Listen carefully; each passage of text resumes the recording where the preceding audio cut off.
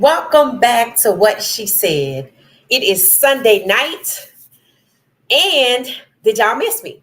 I had fun down in Locha Opa, Alabama, with Cam Newton's C1N 7-on-7 tournament. It was a blast. Today was the championship, and several champions were crowned based on age group.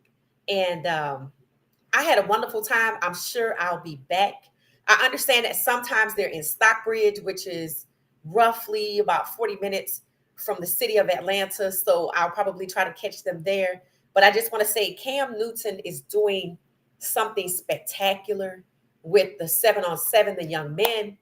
And thank you to all of my supporters, friends, family, and just followers, supporters, avid followers and supporters of What She Said that financially contributed to my ability to make the trip. It was a blast. That was my first time, I think, at a sporting event, not New Orleans, not Mardi Gras, not New Year's Eve in New Orleans, but a true sporting event. Interviewing coaches, parents, and it was good. So as soon as I got back to Atlanta, guess what I did? I said, okay, let me Google insightful questions to ask coaches who coach youth football. So I'm ready. So the next time I'm at a 7-on-7 20, I'll be equipped with questions. So I just want to say thank you to everybody who provided an interview, some commentary. I appreciate it. There's a live stream and a video up. Go check it out on YouTube. It was fun. So thanks to everybody who supported me financially so I can get to the tournament. Thank you so much. All right, y'all. So it is 9 p.m. Eastern Standard Time. If you see me, you know what time it is. Changed up my look a little bit. I sort of kind of look like this at the game, except I didn't have on my Colorado jersey. I didn't want to give it away.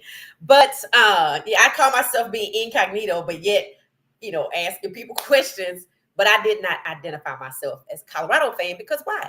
I wanted to talk to everybody. I didn't want people to think, people are just here for Travis. No, let me say this.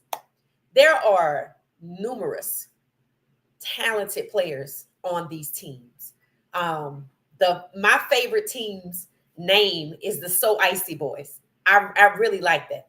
I love how all of these teams have this uniform, this uniform look, the gear. Shout out to whoever's designing these uniforms. Now, I've seen the little kids like in Florida when they do their tournaments, but I thought they had helmets on and they look good. So now I get to see it in person in Alabama, and I truly enjoyed it. And a lot of the teams were from Atlanta area, Georgia area, some from Mississippi. They were from all over, essentially. And there's a schedule up on c1n.com for the rest of the season where these kids are going to be playing. Y'all got to go check it out. You got to go check it out. If you go the whole weekend, it was $30 for the whole weekend.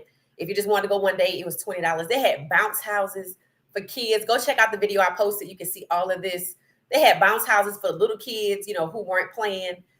Bring your lawn chairs because you're going to be out there for a while. If you have kids, nieces, and nephews that participated in organized sports, track and field, volleyball, it's an all-day thing, right?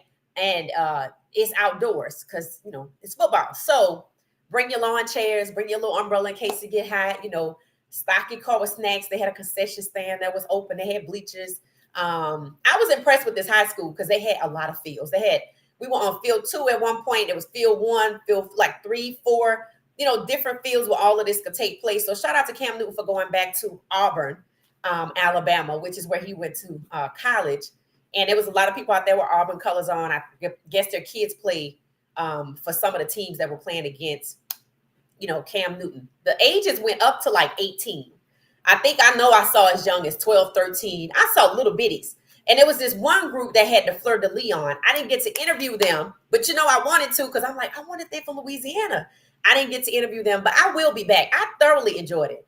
I mean, I think it's a great way to spend a Saturday. Like if you don't have kids and you love sports, great areas to get content if you're a content creator. and you like sports and you like, oh, I want to try this out. Perfect, right? You don't need a field badge. As you can see, I was up close and personal. I did not get to interview this one coach I wanted to interview, but I will see him again. I'll be like, hey, remember me? And I'm like, hey, I want that interview now. So, I got my questions together. I'm going to do it again. You're going to see me with a fundraiser. Why? I'm going to raise money for a camera, not my iPhone, a camera. I don't know. I think it would be better. I'm looking at all the other people out there that know like when to get in the huddle. Like when Cam and his team was doing like their huddle and they have this chant, I saw several people flock to the middle because they knew what to expect. I had no idea what was going on. Now I know. You can go right up to the middle with your camera on the gimbal and just insert it and grab like the best content ever. So I will be back. And the season, like I said, they got several games coming on. So C1N is the IG. And Cam is doing a really good job. The branding, the marketing, when you got out there to the high school, you had, you weren't lost. You just needed the name of the high school. But as soon as you parked and walked to the fields, C1N everywhere.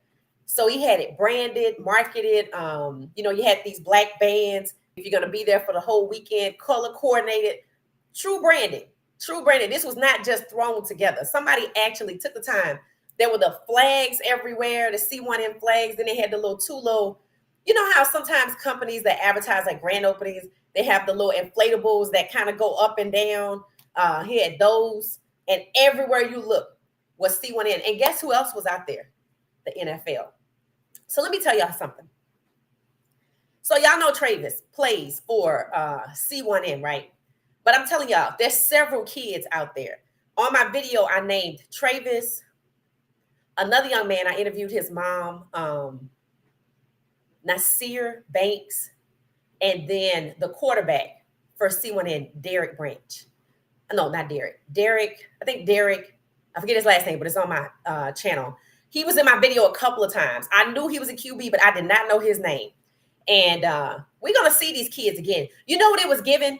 It was given Snoop. You know how Snoop had his league for young kids, and one of the products from his league is who? CJ Stroud. CJ Stroud really thinks Snoop. Cam is doing the same thing. So y'all, we got to get behind this.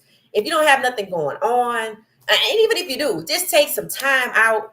Like if they're in the area, I get it. Everybody can't just get up and go 2 hours to Alabama, but he doesn't always have the games in Alabama. He just decided to go back to Alabama because he went to Auburn. But if you're in the Atlanta area, Atlanta's an hour from everywhere. South Carolina, the state line's right up there. Tennessee, Alabama, Florida's a little further, about 3 hours away. But they had kids as far as Gulfport, Mississippi is 4 hours away. And some people just follow 7-on-7. They don't care who playing. And I get it because it was actually fun.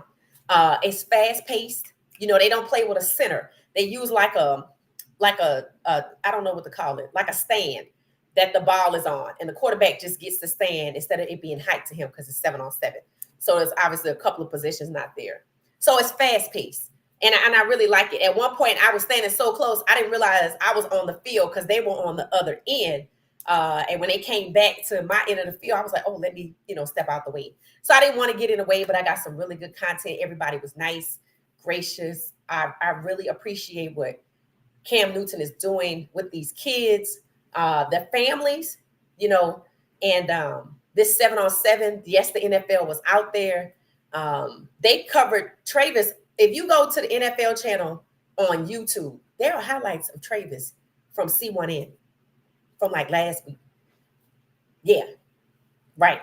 And I was like, I've never seen 7-on-7 on the NFL network on YouTube. Never. So they already following him, and they were out there again. And they're going to be out there every week.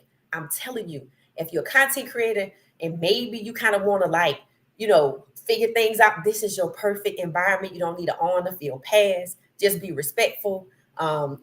Listen to what they're saying. They tell you to scoot back. But you get to interview people. It's not many events that you could go to where you could get on the field access. And I had my camera positioned in one of the huddles, and you can hear on the camera, you can hear Cam Newton giving instruction to the team. and they were like in the center almost. I wasn't that far from them. I think I was at the top of the field, and then one point I was by the end zone, and you could hear one of the other coaches giving instruction to his team. All of that's caught on camera. How often do you get that? And then when you go to NFL and you see some of the same footage, you're like, whoa, you know what I'm saying? So yes, I will be raising money for a camera. So when you see fundraiser, $5, I don't care if you deliver 50 cents, because they all gonna add up. And I'm already looking at cameras, and I'm like, okay, I enjoyed this, and I see me doing it again. And don't be surprised you see me as a cheerleading event, because I told you I was a cheerleader. But obviously I cover football and basketball. And as the 707 was wrapping up, the gym was open. I saw the gym to the high school, Lopa Aka Opa High School.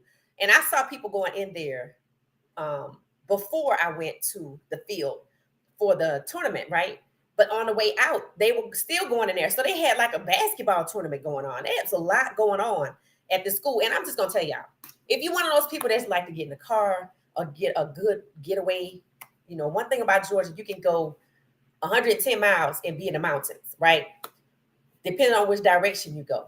But if you go up 85 South for 2 hours, you're going to hit not Opelika, not Auburn, the next city, Lochapoa, something like that, Lochapoka. I'm telling you, if you just drive through those winding roads, that's why I put them in my video, so y'all can see it. It's so quiet. It's so quiet. And they have these beautiful farmhouses. These are estates sitting on acreage as far as a mile could see, with 300 to 400 yards of driveway. Obviously not cement, you know, but the point is, it's a winding road that leads up a hill to a house. I was just like, I'm a golfer. And when I'm on a golf course and it's in a residential estate area, I'm looking at the houses 9 times out of 10. I can't help myself. So I'm driving through Loca Appa, and I'm thinking to myself, I could see me living here one day. But when you live out here, you need to be self-sufficient. I don't even know where they go to the grocery store. But it's so quiet and it's so peaceful. And I was like, it is nice out here. So if you're just looking for a little quick drive, 2 hours from Atlanta, you can get you some premium gas from Buc-ee's for $2.99. $2.99. I filled up. I was like, I might come back out here and fill up again. $2.99 for premium petrol. Come on now. And Buc-ee's is 11 miles from Lochapoa. 11 miles. So when you get the Buc-ee's, just go 11 more miles, and you're going to be right there. Just put your map to the high school, and then the high school will take you to the roads that I'm talking about, and those roads take you back to Buc-ee's. It's worth the drive. If you like a Sunday drive, listening to music, it's worth it. It's worth it. So thank you, Cam Newton, for bringing this to Alabama. I would have never been to those parts had you not set that up. I appreciate what you're doing with these kids, these families. You know, people are obviously invested and committed to come all that way to Alabama to play in a tournament. They could have said no. I think it was like $500 for the teams to register. So this is an investment for these kids and these families. So shout out to Cam Newton for, you know, hosting bouncy houses, branding everywhere. You felt like you were at an organized professional event. And that's huge for those kids, because they're going to remember these times for the rest of their life. All right, so let's see who's in the chat.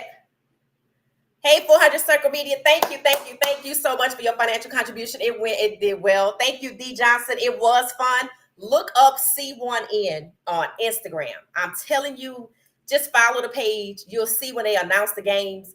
Obviously, they have posts that have the schedule. If you have nieces, nephews, even if you just don't have much going on and they're playing, just go. $20. And you know it's for a good cause.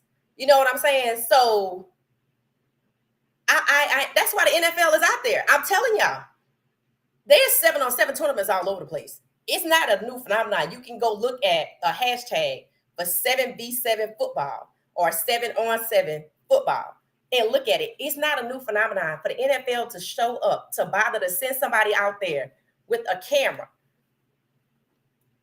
So it was fun. It was fun. Hey, Neil, welcome back. Welcome back. Been a while, but glad to join you. Yes, thank you. Love those glasses. Thank you. You know, you gotta switch it up sometime. So thank you so much, Neil.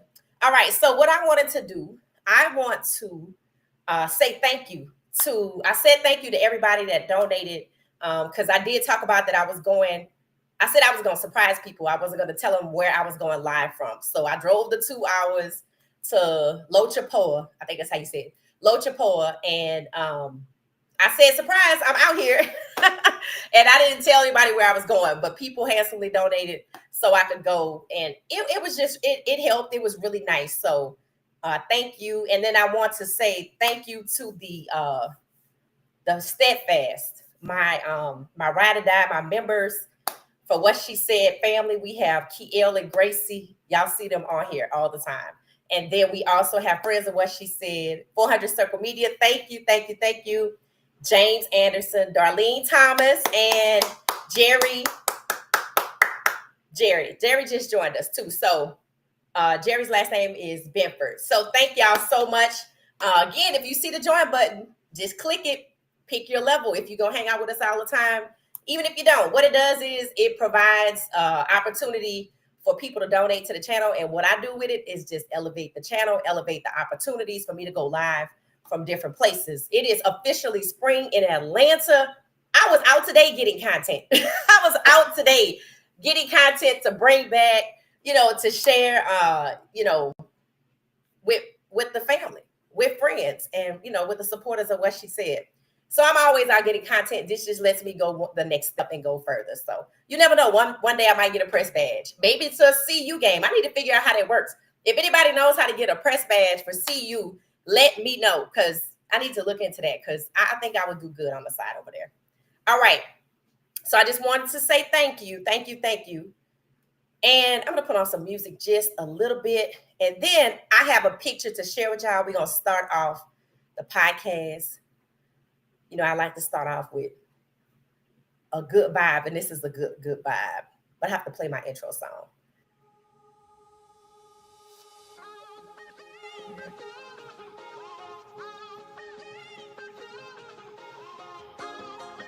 All right, so y'all let me know if y'all can hear. Yeah, welcome fam, it's the vibe. Break it down, talking sports, hard and hustle.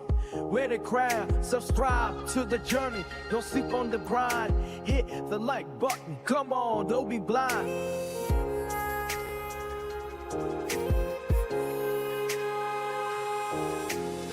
Hit that like, don't be stingy now. Join the movement, let's show them how. What she said, we bring the vibes. Together we both reaching higher and higher.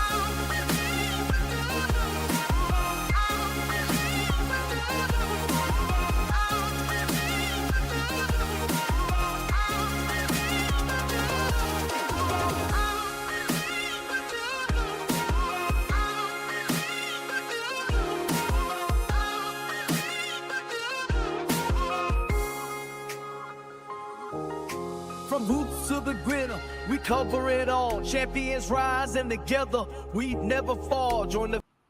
All right, so I know y'all see who's on this screen. Y'all know who this is, baby. When I tell y'all I saw this photo, I was like, oh my gosh. I was like, Snow's personality is springing forth. Like when the season starts, I think he's gonna be almost 1, or somewhere right at about 1 year old. So y'all know who this is, right?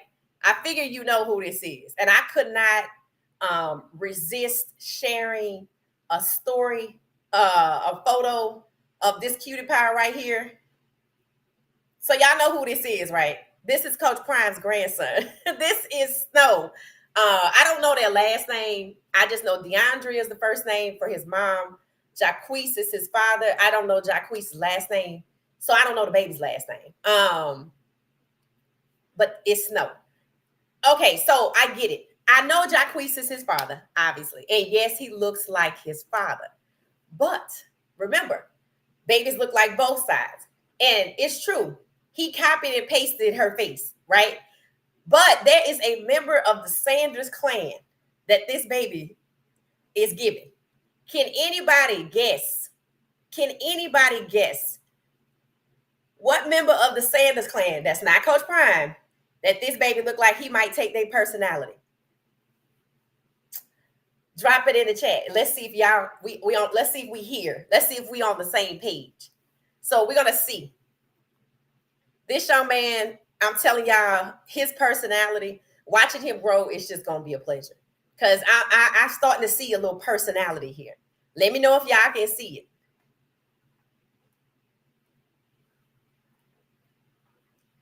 All right, so okay, let's see if anybody got it. Hey Aladdin, welcome, welcome, welcome, welcome, welcome. How you doing? All right, so I asked the chat to actually guess to see if they can figure out what member of the Sanders family that this baby looks like. Nope. I mean, I can see it, but nope, not Bucky, not Bucky, not Bucky. Everybody says Bucky. I do see Bucky. I get it. Oh, it's somebody else. Okay, I want y'all to think. Not just his physical appearance. I want you to think his little personality. Am I the only person who sees Shiloh? I see Shiloh. I'm like, this baby gonna be like Shiloh. Y'all know Shiloh is hilarious. So yeah, I do think that I do believe that, I see Bucky obviously for obvious reasons. But she was giving Shiloh. And then there was another picture of him. And I couldn't help if she shares it, I feel like it's okay for me to share it. He's so cute. Like, he's so cute. I want to pinch his little cheeks. He's so cute. And what a name like Snow. Like, that's just going to be legendary, right? That's just going to be legendary. Yes, D. Johnson. That's who I see. I see Shiloh. I'm like, this baby's personality is going to be Shiloh. You can already see it. And see, he's not even a year old yet. But his face, like, it's just giving Shiloh. It's giving Shiloh. And I'm just like, okay, I got to share this. So thank you, DeAndrea, for sharing pictures of your baby. We appreciate it. He makes me smile. It's like he brings joy. And just this little face. So cute. Just so cute. And I just couldn't get it. I was like, I just want to pinch his little cheeks. If I ever see him in person, oh, Lord, she going to be like, now, who's this lady? He's so cute, though. Tell me he's so cute. But, yeah, I think he's giving Shiloh. Hey, sweet Caroline, thank you, thank you, thank you. I went to Alabama and your contributions helped. Thank you so much for the financial contribution. I was thanking everybody when I joined, but you weren't here. So I just want to say a special thank you, Caroline. Thank you so much. I said that last night, Shiloh. Her, Snow, and Shiloh look alike. Yes, yes. So, that's just what it's given. Shiloh. And I want to tell y'all something. Today, I told y'all I was out and about getting content and then, doing regular stuff like going to the grocery store, going out to eat or whatever, right? So I stopped into a very popular place in Atlanta. Let's see if I got it. And I couldn't resist taking a video. I know people like, why is she videoing us like this? Let me show y'all. I'm going to see if I can get it so y'all can see it. Coach Prime is loved by this city. I just want to say that. And then when it comes to like his endorsements, like the almond company, right? So I'm at the grocery store and we're in the like produce section and we turn around and on the basket, you know how they have ads on the basket for the almonds? It was Coach Prime. And this was after I already saw, let me see if I can pull it up. There was another, I actually took this video when we were out earlier today. Let's see if I can get it. Yeah. And I took the video. And actually, I have several videos in my phone. When we were in New Orleans, there was no Falcons game. There was no Saints game. I was at the casino. And there was a couple sitting at the bar. And I think I still have the video on my phone. And guess what? The man had on. It was a man and a woman. He had on a Deion Sanders jersey, and we were in New Orleans. And Coach Prime has never played for the Saints. And there was no football happening. None. That is how impactful Coach Prime's career was. So, I would mess with Coach Prime. Anybody out here paying good money. And I was at a store probably around Christmas, like one of those stores where you get jerseys and athletic memorabilia. I think I have a picture of it. I always take a picture when I see people with Coach Prime jersey on because I don't even know when the last time Coach Prime actually played football. But I know these jerseys are not that old, so people are still paying good money, for Coach Prime's for his jersey. It'd be interesting to do like a search of the sales of his jersey, like we did when it came to Bronny. So this is it right here. So I'm just walking by these people. They don't even see me, and I couldn't help myself because everywhere you go, whether it's New Orleans or Atlanta, probably in the airport or who knows where, there could not be a Falcons event happening. And this has to be the most popular jersey. And I know he played for Dallas. Does anybody remember seeing a video when Coach Prime was signing helmets? It's like he had to go to a signing event and he was signing helmets from Colorado. There were helmets from the 49ers. There were helmets from the Falcons, from Dallas. I'm assuming the Ravens because he played for them too. And this was his first year at CU. I'm sure it's on his page. But, for Christmas, people selling Coach Prime's jersey. It was white, but it was a Falcons jersey. And I think in New Orleans, the man that had on the one at the casino in New Orleans was the white one that said 21. And this is look at this. And I'm just minding my business, getting something to eat on my way out. And there's Coach Prime jersey. So, Coach Prime is him. And anybody that tries to tell you otherwise is just a hater. Just a hater. Hey, Gracie, how you doing? Okay, so I'm gonna put the picture back up since other people are actually popping up. So yes, he is. He's a cutie pie. So we had a photo of this little cute one. We're gonna be, I feel like, to get to see him grow up is just a pleasure. And his birthday, I know, is somewhere around football season. So it's gonna be cute to see him. And he already had the shoe that Coach Prime has, the DT 96s. He had a pair of those back during regular football season, and he wasn't even 3 months old at the time. Isn't he cute? Now she has this other picture of him where he have like on his little Gucci jacket. It's so cute. Not the jacket, but he looked like Coach Prime. I was like, this baby got Coach Prime whole face. But I put this picture up because when I saw it, I was like, his personality is starting to come out. And I felt like his face is giving Shiloh. And y'all know Shiloh's personality. Generous, is a sweetheart. But, he's also a comedian as well.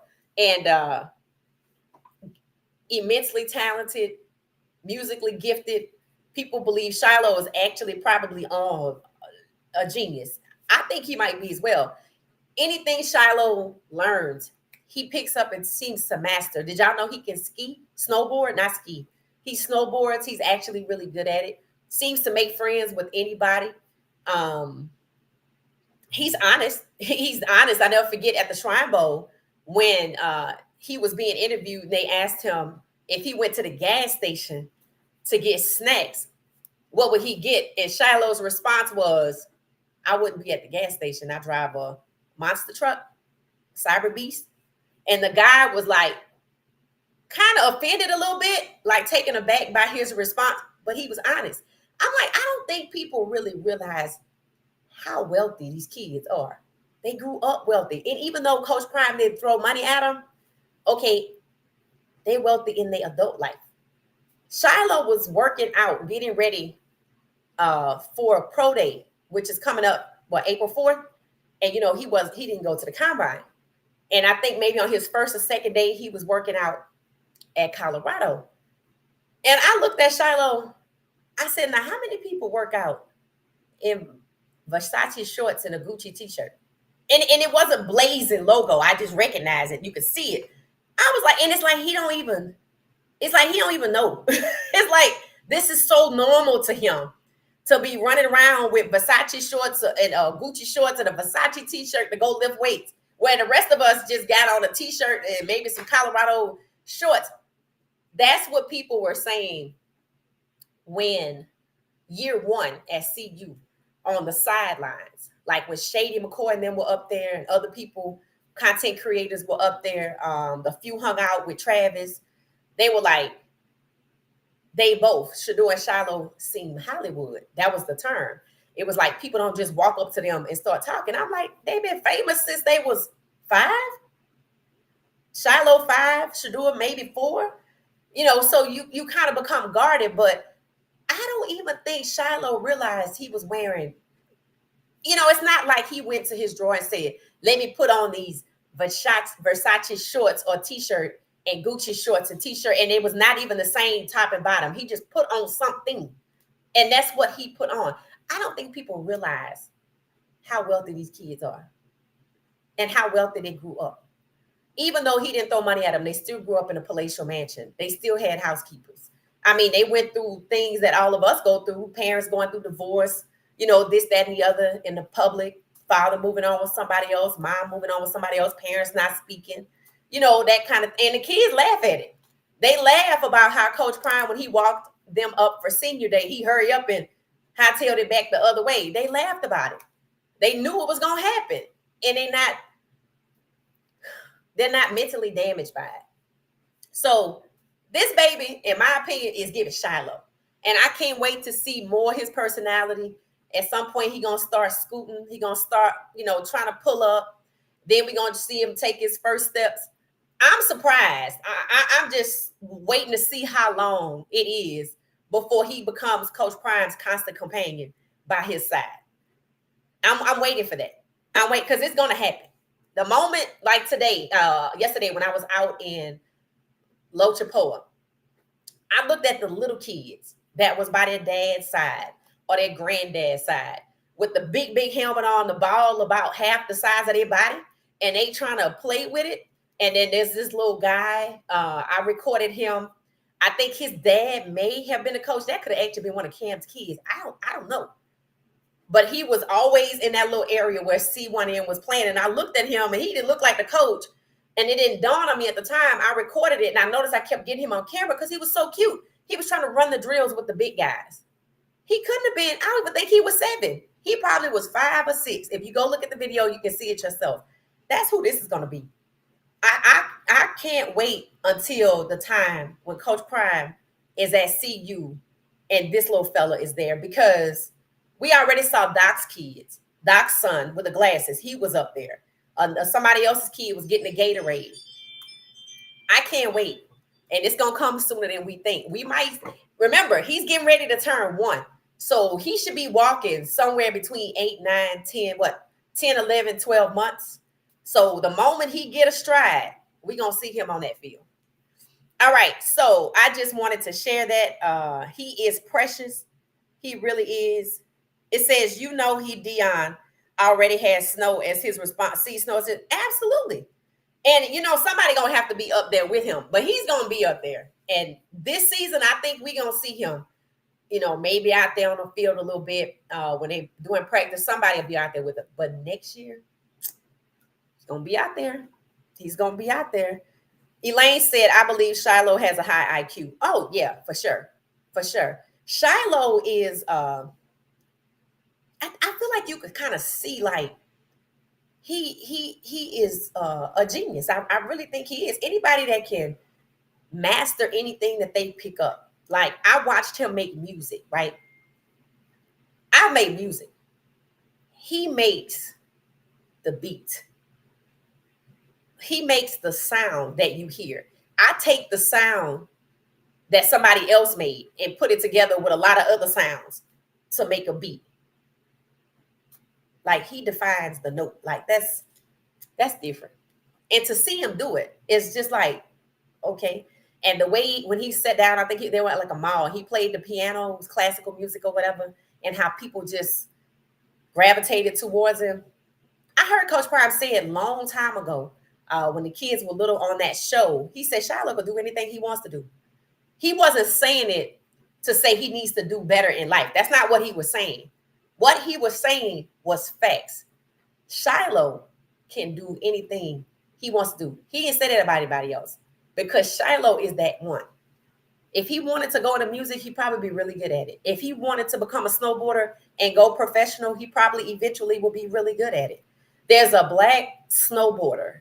I don't know if Shiloh knows him. He just won a contest. I can't remember his name.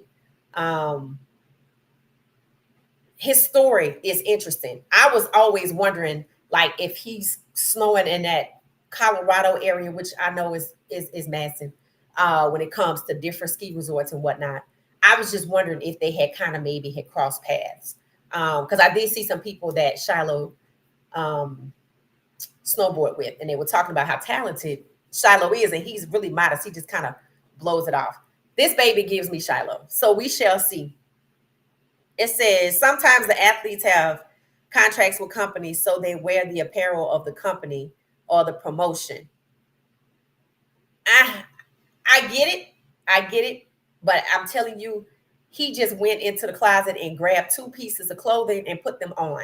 And there's so many like that, so many different brands. It's not like he had to think about it. Like there's some people, if they only have one or two pieces of designer clothing, they gonna put it together. Well, there's a lot of people that's not gonna mix Gucci with Versace. First of all, I don't pretend to be a fashionista. I'm just, that's like some people think you shouldn't wear Nike and Adidas.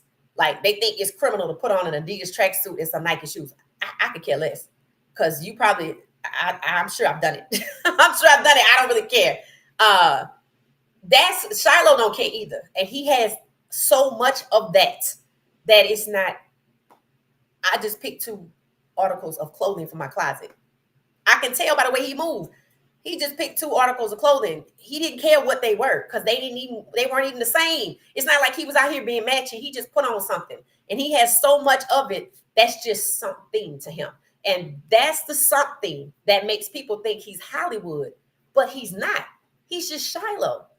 That's this baby right here. Watch what I tell you. Self-trained pianist. Watch how he studies people. I didn't know he was self-taught though. I'm thinking they all learn how to play, but he's the only one I see play. Elaine said, I have always sensed that football is not his purpose in life.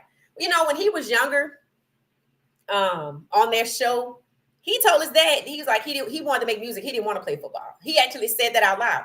And as a not freshman, but as a year one player at Colorado, I did kind of wonder a little bit. I always kind of questioned his passion for the game. I know that it's the family business. I've heard him say it's the family business. I've also heard him say he should have been gone on from college football, but it's the family business. And that doesn't mean he's not talented. That doesn't mean he's not good. That doesn't mean he shouldn't go to the NFL.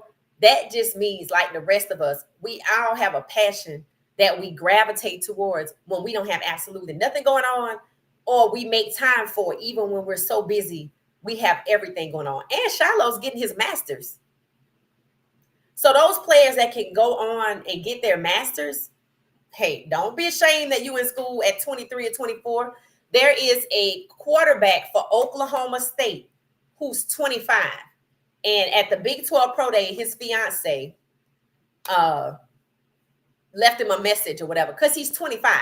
You know, and people have started to ask, like, how old is too old to play on the college level? Like, should you be 26? Should you? There was one guy who was 29. And the reason he was so old in terms of college football was because of the pandemic, and you had to sit out and get that pandemic year. I feel like Shiloh's class is kind of the last class for that. I could be wrong. But I don't think we should be seeing many more people come after Shiloh. Maybe Jeremiah Brown, but I'm not sure. Shiloh is a musical genius. Yeah, no, Queen T, you're right. He definitely is. It said, I saw Travis on his show. He was interviewing Calvin Johnson, and Calvin gave him advice, and he told him about people using him for his money. What? And of course, the girlfriend's brother was there. I think he was talking about bro. Yeah. I'm pretty sure people have tried that. He's multi-talented and can do more than one thing. Yep, he is. At this juncture, he might be pleasing the family business. Elaine, I mean, you know, I felt like that at Colorado year 2. He likes the game. You can tell he likes the game. He's good at it. You know, I don't know if people feel like he's not gonna make it to the league because they don't think he's that good. I don't think he's that bad. That's the part. You can't be the hardest hitting safety. I've said this before in college football in 2023 and then be a total bust in 2024. It doesn't work like that. And there's so many people out there who make it to the league and y'all never hear about them. And somehow they just sitting on third and fourth in the depth chart in the NFL, you know? So yeah, Shiloh catches heat because he is Coach Prime's son, but he actually is a good football player. What his passion lies, I know it's music, but that doesn't mean it's not football, you know? So Coach Prime was right. He's going to have to work his butt off to get drafted. And like Coach Prime say, I don't even know what round that is. And I told y'all what happened to Jerry Rice's son. And people told him at this stage before the draft, almost a month out, that his son, you know, would go in the third round. And his son went dead last. I don't know what that was about. But how could you be so wrong? You know what I mean? And that was Jerry Rice. So we know what Jerry Rice meant to the game. Hey, Regina, how you doing? So, you know, we shall see. We shall see. Okay, so Elaine, I'm glad you're here. Elaine left a comment and she asked me, she's like, what do you think about doing a poll that shows where people like taking a assessment of the audience on where they think, what team they believe Shiloh Sanders will be drafted by? So I did. I took a poll and let me see where it is right now because y'all were answering the questions. Right now, it shows. Y'all did really good. There's a three-way tie. There's a three-way tie. Let me see if I can share this. Okay, I wasn't expecting that. Yep, there's a three-way tie. Okay, let's see if I can share it. Let's see. Okay, share screen. All right. See if I can share a window. This is just like Teams. Okay. All right. I think this is it. Okay, y'all. So I'm sharing my screen. Let me know if you can see. I can't see y'all to know. So it's sharing. It's just like Teams. So it's the same thing. Okay. As you can see here. So the question was, what NFL team will draft Shedeur Sanders? Now, I just put this poll out a few short hours ago. 11 of you guys have already answered it. And 3 liked it. Thank you. If you see it, hit the like button, no matter when you see it. I do polls all the time. And when Elaine asked me about it, I wasn't sure if I had done this or not. And I said, you know what? I'm going to do it. Because even if I did it already, it's been a minute. So let's just take, you know, the most recent feeling from fans. And as you can see, it's a 3-way tie. You have, well, actually, it's a 2-way tie. It was a 3-way tie, but now it's a 2-way tie. And it shows the Raiders and the Browns are tied at 35%. Yep. And then the Giants, technically, in second or third place, depending on if you want to look at the tie. So 2 teams are in first place for a tie, the Browns and the Raiders. And then the Giants are kind of second, standing alone, and then the Titans. So people don't really think, there's a slim margin, 9% only believe that the Titans will draft Shedeur. There's still almost 20% of people who think that it's the Giants. And then people are split on quite a few people, the Browns and the Raiders. So there it is. So y'all let me know kind of what y'all think about that. Drop in the chat based on your own assessment of what team you believe will draft. What team that you believe will draft Shedeur Sanders? Let me know your thoughts. So, you know, it's one of those things where, hold on one second. Let me see. I guess when I share my camera, let's see. I think I changed something when I shared my camera, but you never know about these things. But anyway, so let me know your thoughts on what you believe what team will actually draft Shedeur Sanders. Let me know. Drop in the chat. Even if you think it's the Saints, you might think it's the Saints. You might think it's, somebody else. Just let me know what you think. I said it could be the Saints or the Steelers, but there was no room for the Saints or the Steelers, so you have to let me know. I just voted. Thank you, Regina. Thank you, thank you, thank you. Here's my vote. Cleveland. Okay, so you do believe it's Cleveland. Okay, Elaine.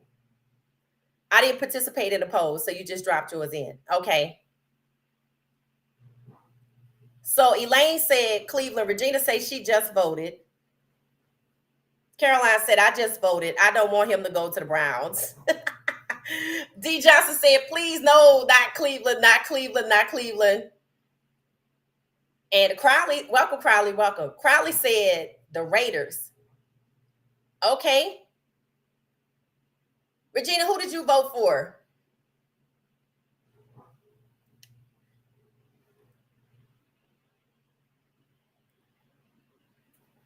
D. Johnson said, please no to Cleveland. If you go to, I believe you can see the poll firsthand if you go to my channel, and then it's probably like a tab somewhere where you click on either community or post. I want the Raiders. Me too, Queen T.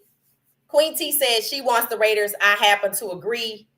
I think it's the Raiders. I mean, out of everybody that's listed, but honestly, we still waiting for Pittsburgh to figure something out. Well, really, Aaron Rodgers, and we're not going to talk about that tonight. But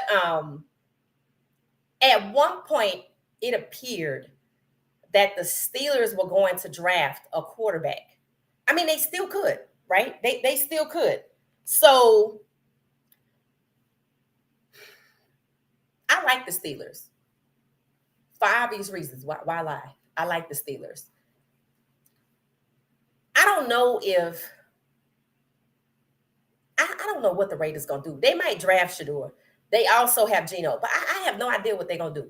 Are they gonna make them compete? Are they gonna just choose Geno like the Falcons did with Kirk Cousins, and then we end up in a situation and then Shador got to turn into Michael Penix Jr. and then next year it's Shador? It's starting to give the appearance that the league doesn't want to just name QB1.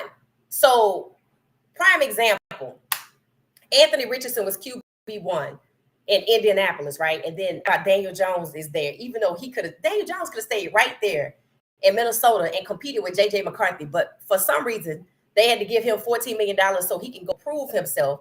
How long he been in the league? Okay. And he went to go compete with Richardson. Now, who's going to be QB2, or how should I say it? Who's going to go to Minnesota to compete with JJ McCarthy? I have no idea.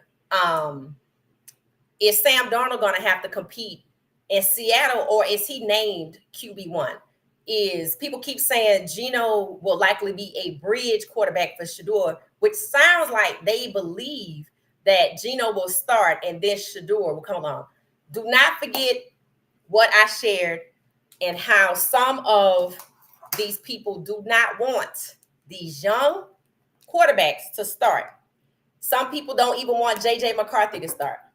But Minnesota made it very clear that they were not interested in Aaron Rodgers, that JJ McCarthy was their guy. The Giants or the Raiders. Hey, Vanessa, how you doing? Welcome, welcome, welcome. Tennessee Titans won't do him right. Oh, you talking about Shador? Okay, thank you, Regina. It said, I think Tom Brady knows Shador's personality and knows Shador's demeanor.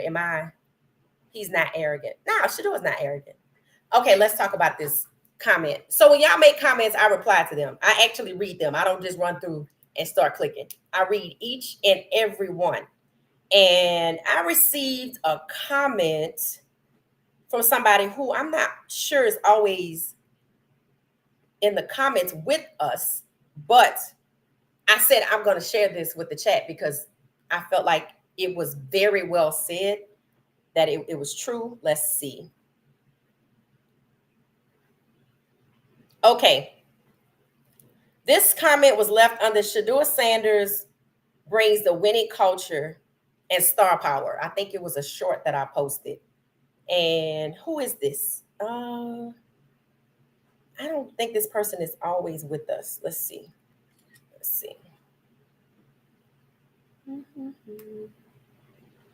See if I could get their name.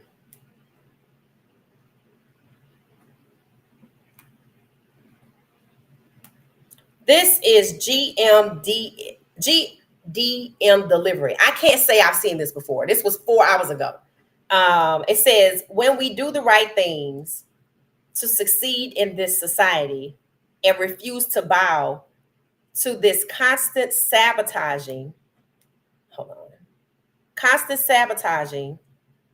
of our Black excellence, their response is to try and destroy our image. Stand strong, Shador. You're surrounded by columns. The columns are God, your dad, your mother, and the entire team around you, your personal team and the team you play on. A prince is never crowned in his own country by elitism. So if you're a prince and there's elite society, they're not going to crown you. It said the culture is with you. I agree with that. It said Tom Brady, Lamar Jackson, etc. So that was a message for Shador. I thought that was very nice.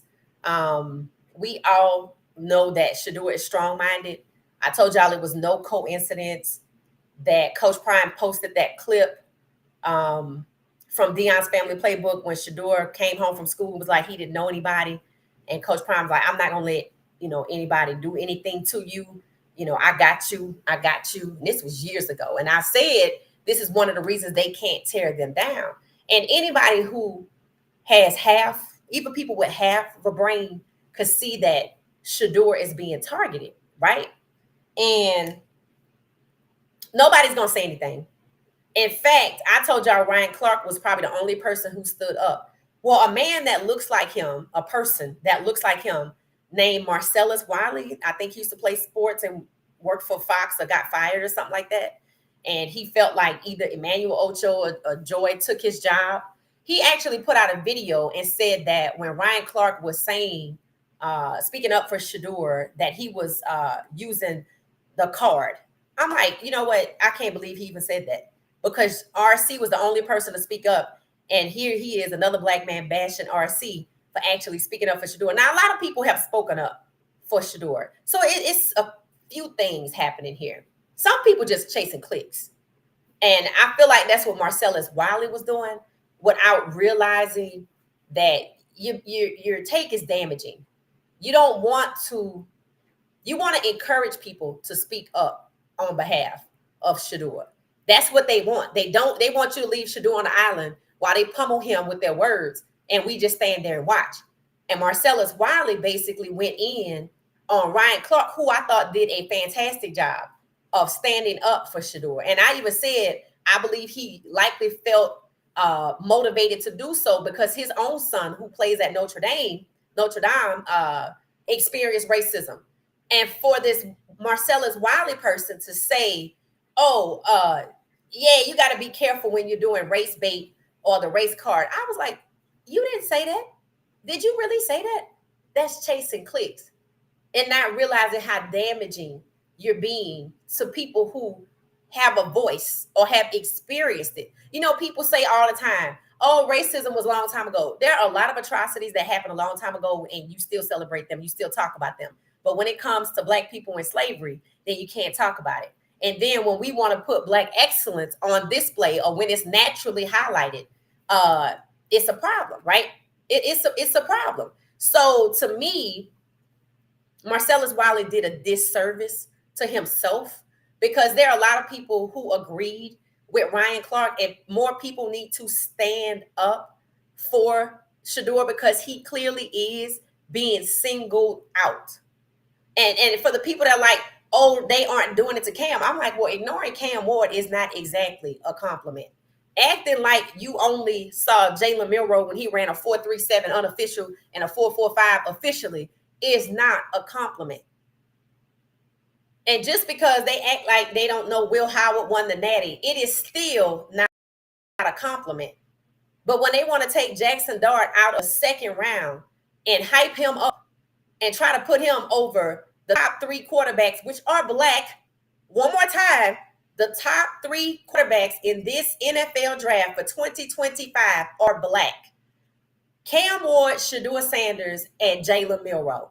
That is why you consistently hear them trying to bring Jackson Dart up from 5 or 4 over 2 and 3, because they do not want to talk about the fact that the top 3 quarterbacks in this class are Black. All you hear is this draft class when it comes to QBs is weak. That's an absolute lie. And I can't wait, and I hope and pray that Milroe, Sanders, and Ward are on teams that all play each other. And I hope one of them gets to the Super Bowl, and I hope it's against Jaden Daniels.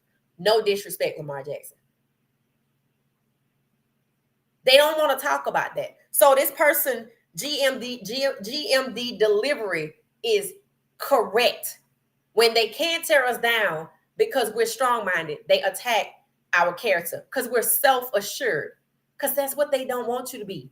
They don't want other Black men standing up for Shedeur. So Marcellus Wiley did himself a disservice. Shout out to Ryan Clark. Keep going. Shout out to Travis Hunter, who even said it. Yeah, they coming down on Shedeur. They want you to be quiet while they put a slave on display and humiliate him in front of everybody and whip him to death. In 2025, it's just with their words. We're not doing that, bro. So shame on Marcellus Wiley for trying to tear down Ryan Clark, who was doing the right thing. So shout out to GMD Delivery. You did I even told the person, very well said. Very well said. Shedeur is Black excellence. You know who else is Black excellence that they not talking about? She plays basketball. And I knew this day would come. I have a t-shirt with her name on it as a part of the future of women's basketball. I don't know what league she's going to be playing for. The way things are today, they may not be tomorrow. She could be unrivaled for her entire career. And it wouldn't bother me if she was. Juju Watkins. Different people are starting to say it. Juju's better than Caitlin. And yeah, hell, Rakia Jackson probably better than Caitlin. Little known fact. If Caitlin had stayed in school, Rakia Jackson was the #1 player in the draft. Never talked about it. Because they just want to put someone who doesn't look like the majority of women's basketball and men's basketball and football, the NFL in particular, and say, oh, we can do it. We never doubted that you couldn't. And that's just the thing. We never say the majority of the league is Black because white people can't play. We don't even talk about it. We don't even talk about it. They talk about it. That's who talks about it, because that's how they feel about it. We don't care. We just want to see good football.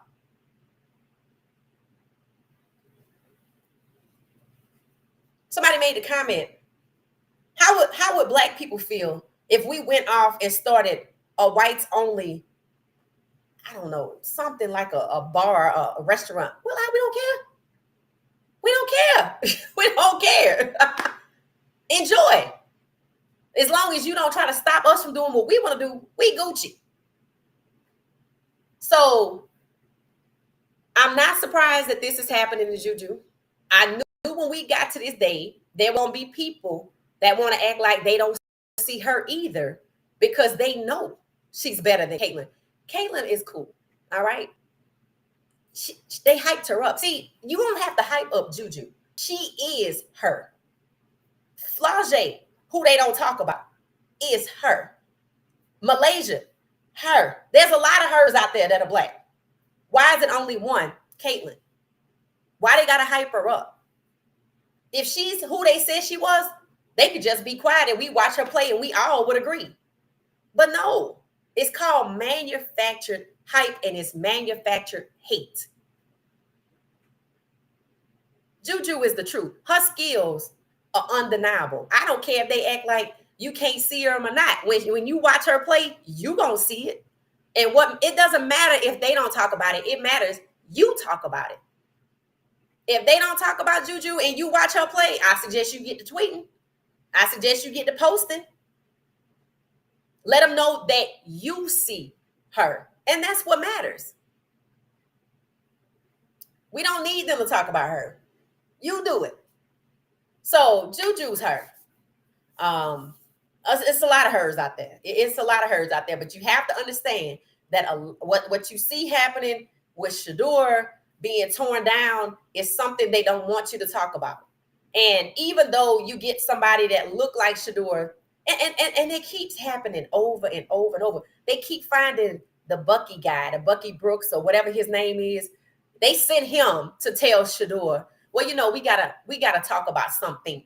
We gotta get a way to get the story out there.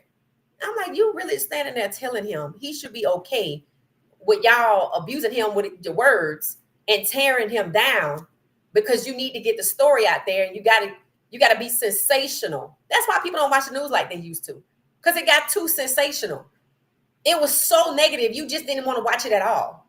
It used to be there was one part of the evening news or the nightly news at 10 o'clock that had one bad snippet and it was good this and somebody was selling cookies and lemonade and Girl Scout cookies and this, that, and the other. And that has changed. They're like, oh, you get clicks when the title is salacious. So they're taking the sensationalism that you get with the news and they're trying to use it in sports. And they feel like it works. And what they're doing is it's a story when you tear the person down. And it's also a story when you say, I owe Bronny James an apology. But people are like, nah, we're not buying it. Because why are you only tearing down? Why is it you're only tearing down young Black people, young Black men, young Black women? There were people who went after Stephen A. for the way Bronny was treated by him and the way Angel Reese was treated by him. This Bucky Brooks guy, I don't see him being any different. And they send him to explain that to Shador.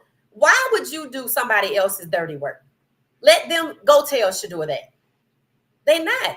They're going to send you to do it and make you look like the fool because it was recorded on TV and everybody knows, oh, you don't mean half of what you say. You just tearing down somebody because you need to get ratings. Well, tear down somebody that don't look like you. Let me see how that worked for you. So GMD delivery was absolutely right.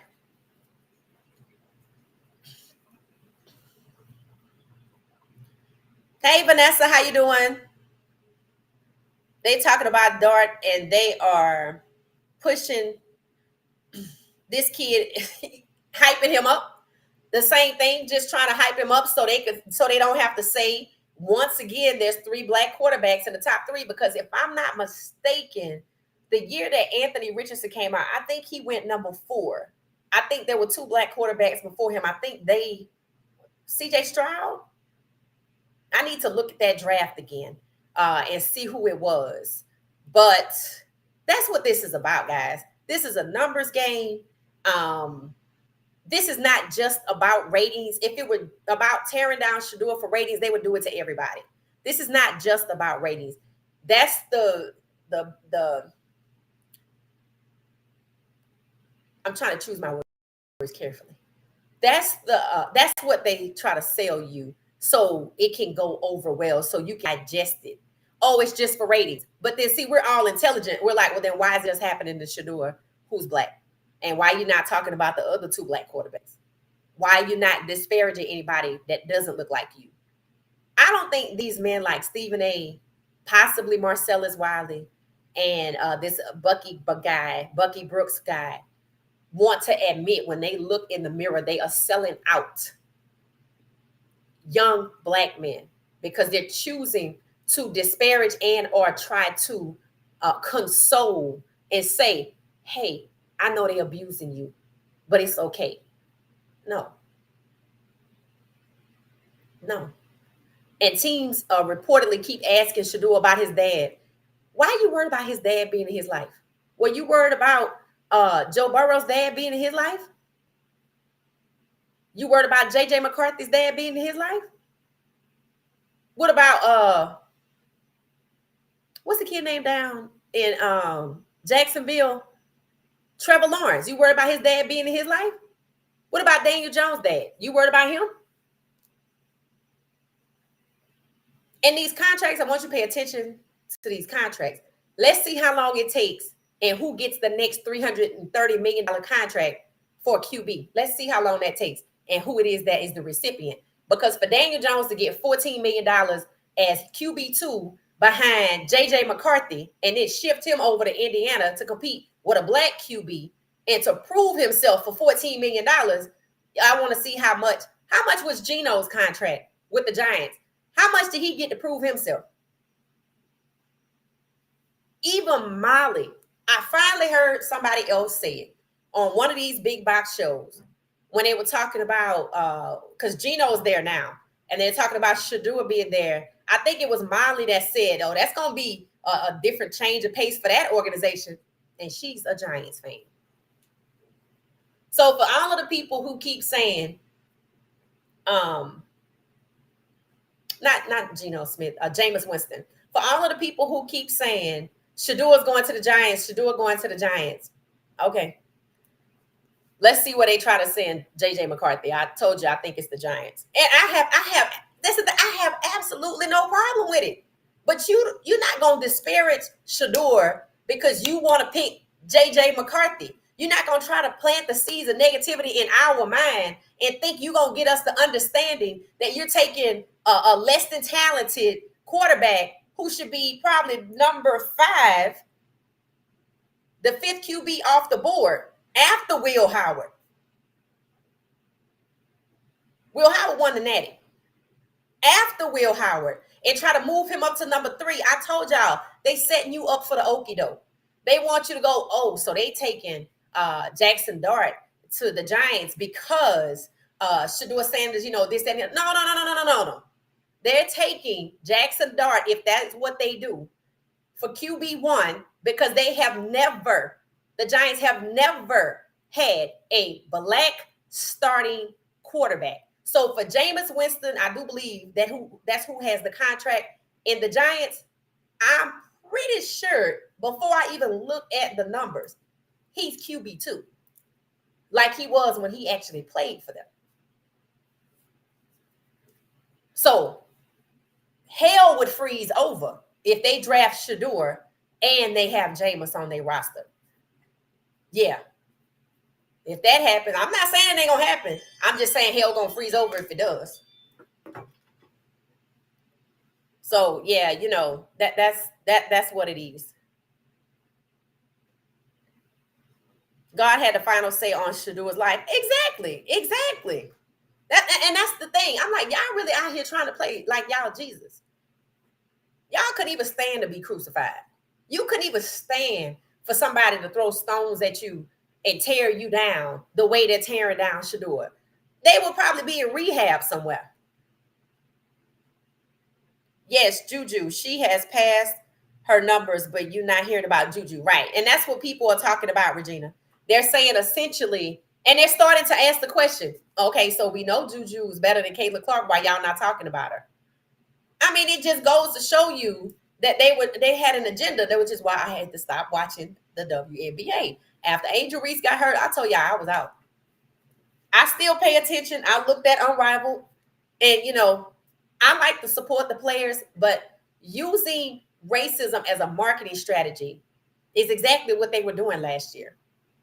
And I'm like, okay, let's see how long this lasts, because I'm like, it's going to be obvious that Juju's good in college. People ask, can USC or Juju and them go all the way and beat South Carolina? And I said, not by herself. Her teammates going to have to step up because, South Carolina has more than one player. So that's the only reason I said that. But that's not an indictment on Juju. That's an indictment on recruiting and coaching. Juju, I like her. She's good. She is good. She really is. And she deserves her flowers. But one thing about Juju, she probably not concerned because Juju's grandfather, was it grandfather or great-grandfather, was part of the civil rights movement. I saw a documentary. She probably not even deterred.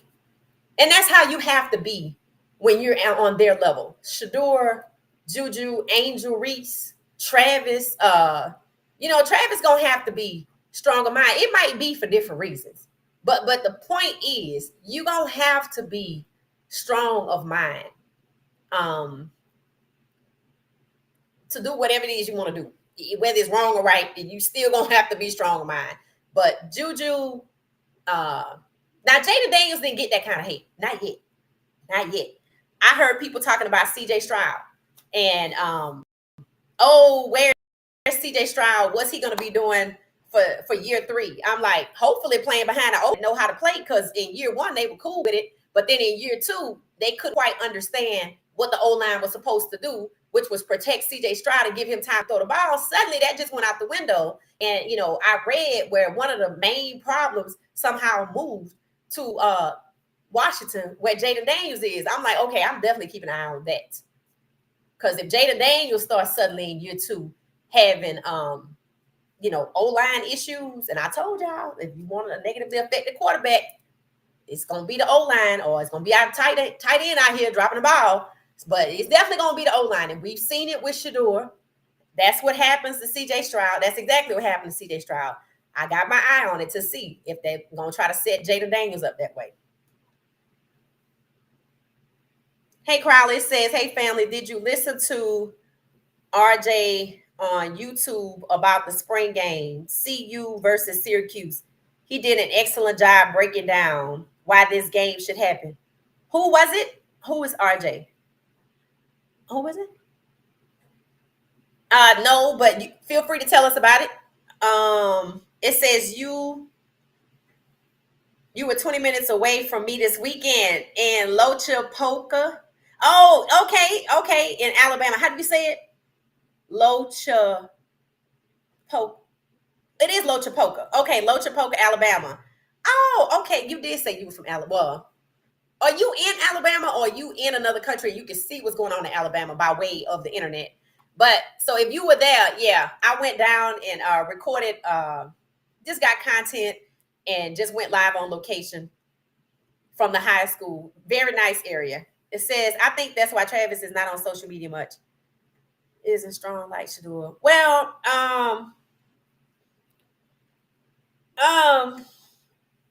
no.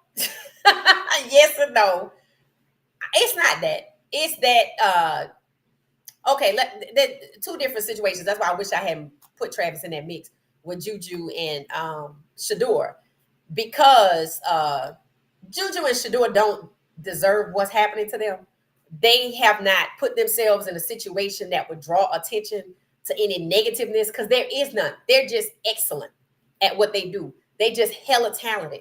And Juju rising, being the best player in the league would make some people question, oh, okay, I thought y'all said this about Caitlin Clark, and she's, so that's what Juju does.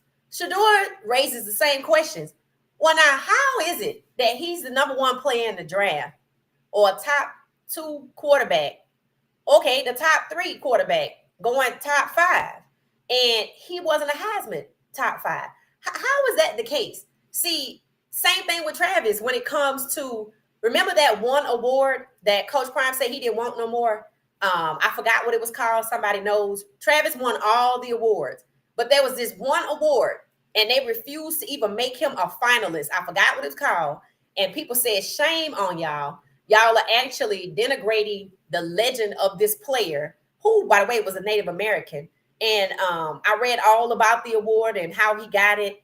And when he passed away, his wife, she was not Native American, and she had his remains auctioned off to the highest bidder, and now his body was laid to rest in the Poconos.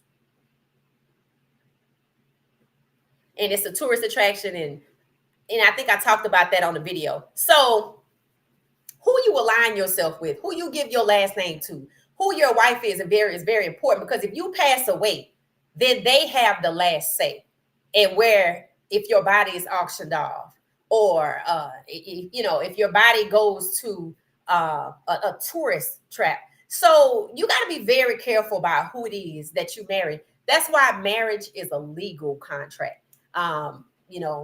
So that's a whole nother video. But Jim Thorpe, was that his name? Jim Thorpe, was that it? I think it was a Jim Thorpe Award. I do. So I think it was a Jim Thorpe Award. Google him. He was actually Native American. I didn't know, but they were Native American football leagues, players, like a league first and then players. And he was absorbed into what is now the NFL, into executive positions. And see, that's a move that people make to tear down the competition. So if you're a star athlete for a particular league, say like the UFL, let's say next year, a player that's like Shador is coming out, strong family, and he like, you know what, I'm already wealthy, bump this, I'm going to the UFL. And if he goes over there and we all go to the NFL, the UFL, you know what the NFL is gonna do? They're gonna buy the UFL. That's how companies grow so fast. They just gobble up other companies, the competition. That's how that works. So that's what they did with Jim Thorpe. They gobbled up the competition. But who he married and when he died, and his wife refused to allow his Native American heritage, Native American funeral. It was an ugly mess. It was an ugly mess. And his children spent a lot of their years in litigation, and they were like, he had twins or something. And they were like in their 70s still fighting this thing in 2015 and going into retirement homes and still fighting. I'm like, good grief. Can you imagine fighting a case about your parents' remains all the way into your 70s and 80s in your twilight years? So,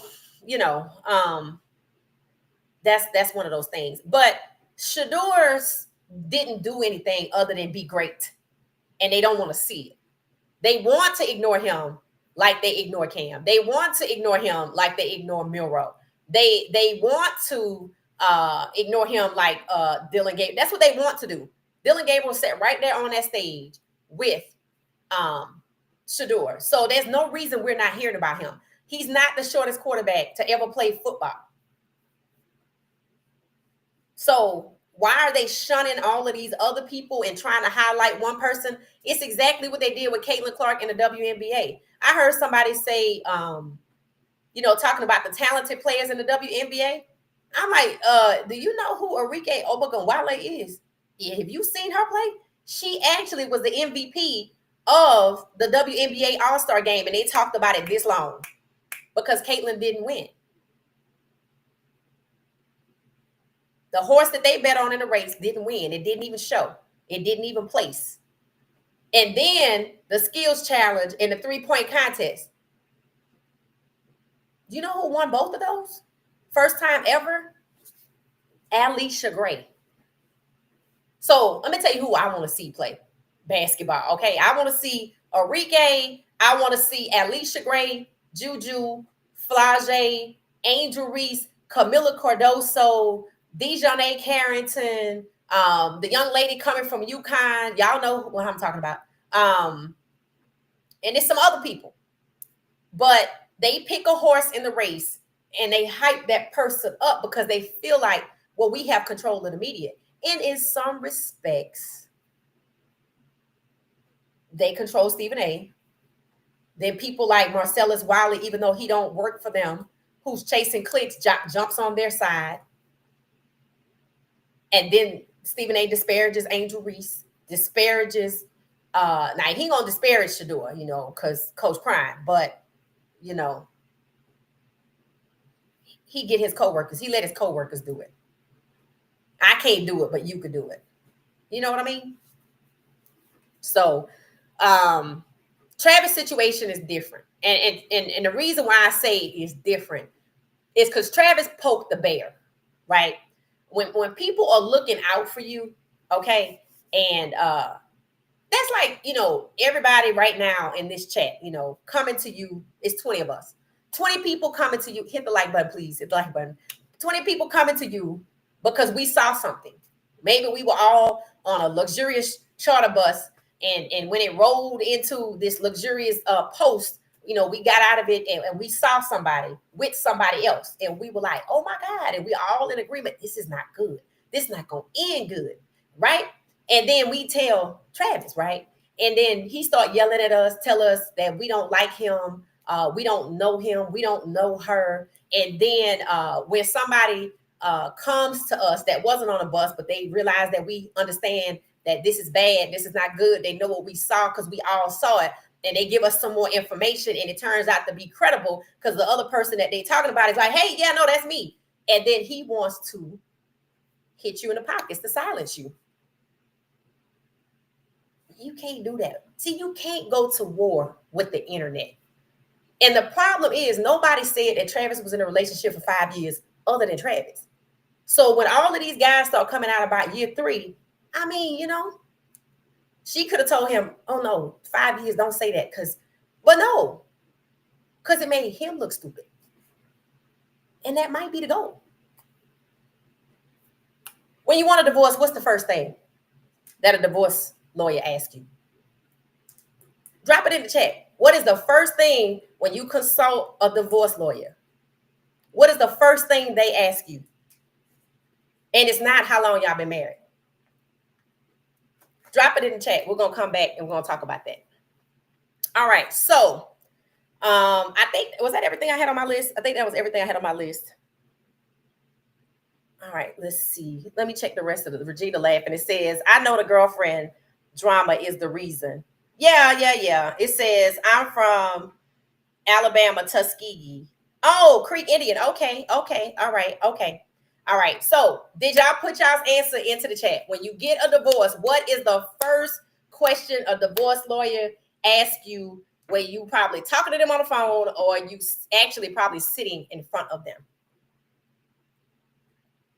I'm waiting on somebody to drop the answer. And then I'm going to go ahead and tell you what it is. If it's, you might already know. Says, I think that's why Travis is not on. No, that's not why. Yeah. So, okay, I'm going to tell y'all. The first question they're going to ask you, how much money y'all have?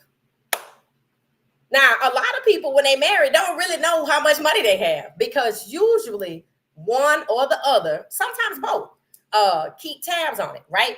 So in the case of most marriages, the wife kind of know and the husband kind of don't. So when you're in a relationship and you're not married, it says Travis got schooled by Kelvin Johnson, but I didn't know if he got through to him. Yeah. So good luck with that. So sometimes you just gotta let people do what they want to do. I mean, you can try, but that's it. So the reason why I ask the question is when you talk to a lawyer face to face after you say I'm thinking about getting a divorce. What time can I come talk to you? They're like 2:30 on 2:30 on Thursday. 2:30 on Thursday. You go sit down. First question: how much money y'all have? You know why he want to know that? Because I need to know what I'm fighting with. So when school was happening, right near the end, before Travis had signed with his representation agency, and I'm not talking about SMAC, somebody close to him who people are starting to kind of go at made the comment that she does everything for him, right? He don't even have to think. She handles his NIL. She sets up his deals, tell him where he need to be, you know, the money, this, that, and the other. So basically he just gotta, you know, just get dressed, go to work, come home, go to sleep, whatever. That's it, right? And that's cool, right? That's cool. But see, here's the problem. If you allow somebody to manage your entire world and they consistently disrespect you, at what point does the light bulb go off and say, is it possible that they managing all my money and everything else because they got some ill intent? Because facts, when I get married in Tennessee, I ain't got to be married 2 weeks before I want a divorce. And when I sit down in front of that lawyer, he gonna ask me, how much money you got? I know. And you know why I know? Because all this time, he been letting me be the one to deal with it. That's why you don't do that. Because see, sometimes when people come off the internet, and in Travis's case, he can't be off the internet. But her being off the internet is just so giving her time to get to the altar. The more she was on the internet, the more the truth came out. So you shut down the truth. So now that you done press pause on the truth, you're going to go hop the broom. And when you do, the truth going to come back out because you can't hide it forever. And here's the thing. Somebody in her situation should not have wanted to be all over the internet. Most people like her would have been somewhere in the back room. I'm good. It's a lot of women. They're like, I'm good. And they haven't done anything. But if you know that you have this background and you got these people in it, and this man out here saying y'all been 5 years together, why you ain't tell him don't say it? Why are you okay with that? Knowing it's gonna blow up because you know that you're gonna tell him, I'm gonna just stay off the internet because you know, I don't think it's a good idea. And I'm going to make it to that wedding. And then I'm going to get to the other side and I'm going to sit down. And at some point, I'm not going to be happy again. And it's going to come out and I'm going to be tired of this. In the house, the cars, anything, he's going to either be split down the middle because, you know, it's probably in my name in the first place anyway. Bank accounts, all that. One thing about a joint bank account, one of the people on a joint bank account could always walk in the bank. Could always online take all the money out. And when you realize it, you like, where's all the money? Like, I don't know. You go to the bank. They're like, she took the money out. You like, how you let her take the money out? How you put her name on it? You put her name on it so she could take the money out. So for the people that kept saying, she does everything for him. I'm like, I bet.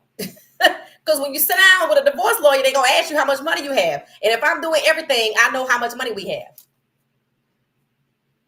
I know if he's spending it or not. I know where he's spending it. If I set up his NIL, I know what time he need to be there and what time he need to be there. That way, if I got something going on, I'm like, look, I got an hour to get this done because he's going to be back. See, it don't always, when people don't always do things for you. Sometimes they do them for themselves. And when the truth comes spilling out the closet, you can't be that person that don't want to hear it and don't want to see it. Because eventually you're going to feel it. And that's eventually where we're going to be at. That's why sometimes God give people what they want. You keep pushing, you keep ignoring, you're going to get it. And then you're going to feel it. And that's just how it goes. Spell check. Spell check. What is this about spell check? Oh, Alabama, Tuskegee Creek Indian. Sweet Caroline says she don't remember. Oh Lord, I'm gonna have to go watch the Calvin Johnson interview. I didn't watch it. I didn't watch it. It says yes. Okay. Somebody was responding. Queen T says she saw it.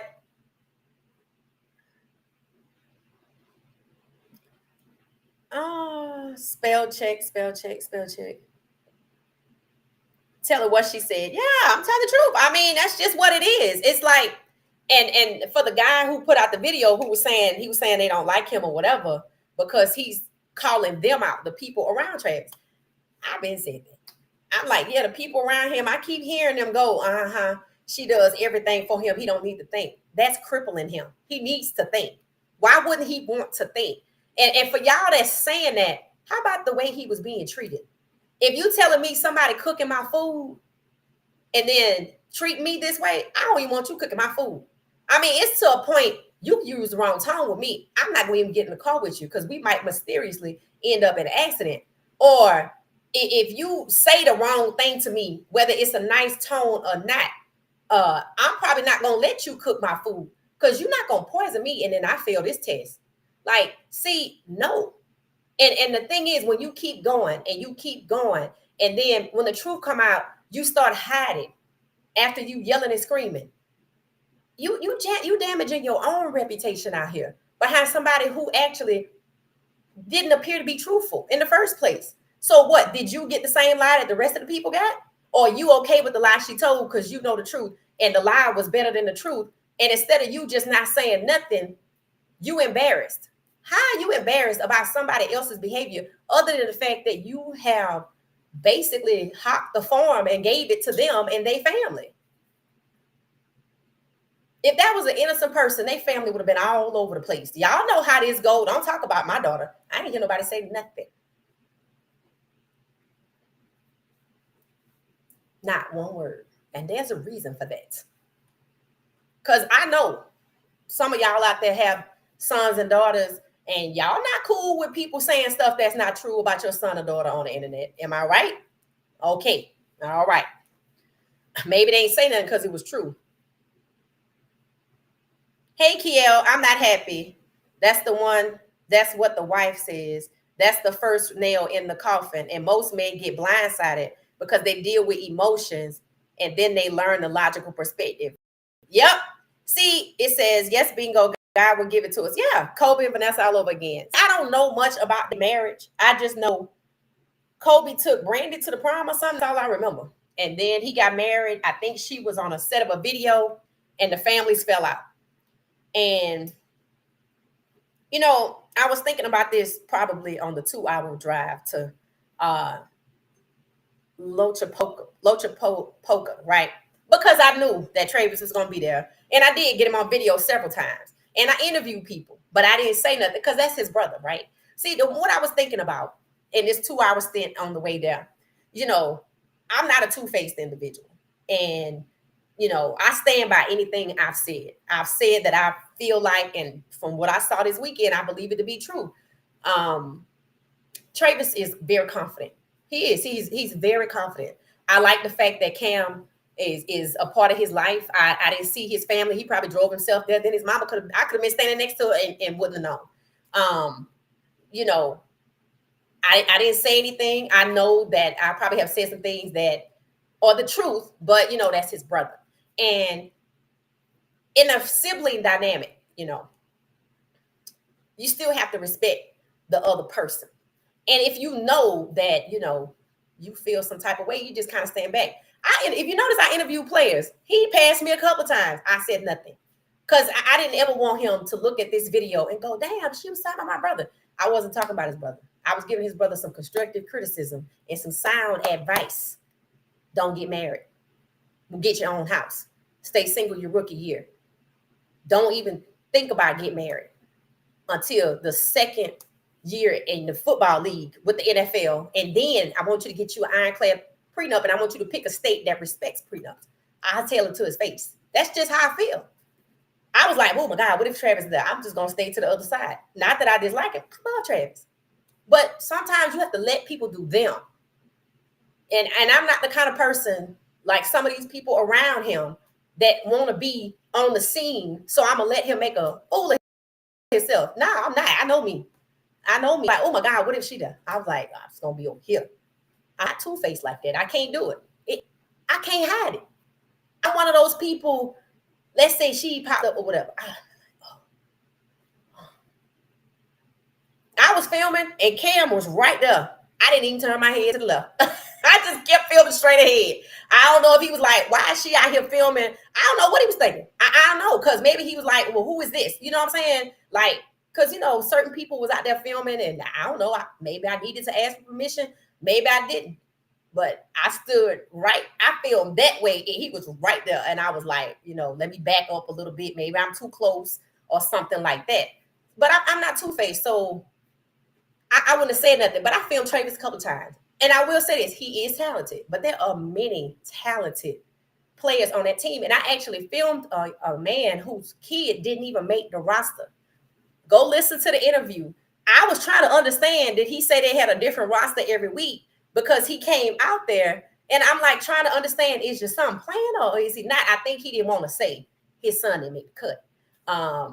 He said he didn't make the roster. I said, oh, so he got to wait till the next season. So this is competitive. People want to be a part of this. People are paying good money for these kids to have these uniforms, to go to practice. I'm assuming they go to practice, to travel, to be a part of this. And we're talking about Cam Newton. And the NFL is out there. This is huge. So I wondered. I said, I wonder if Travis come watch his brother play. See, I'm that kind of person. I would expect him to have popped up because I expect him to support his brother, because there is nothing that you're doing right now that will prevent you from hopping on a PJ. If you want to wear them little trophy husband pants and your little white tee, cool. Come support your brother. It ain't you already a lock for the draft. So it's not like, and I get it, you filmed a commercial, but when all of that ends, come show your brother some love at one of his games. Bring your bodyguard. Cam had one. If you noticed, there was a sheriff following him around everywhere.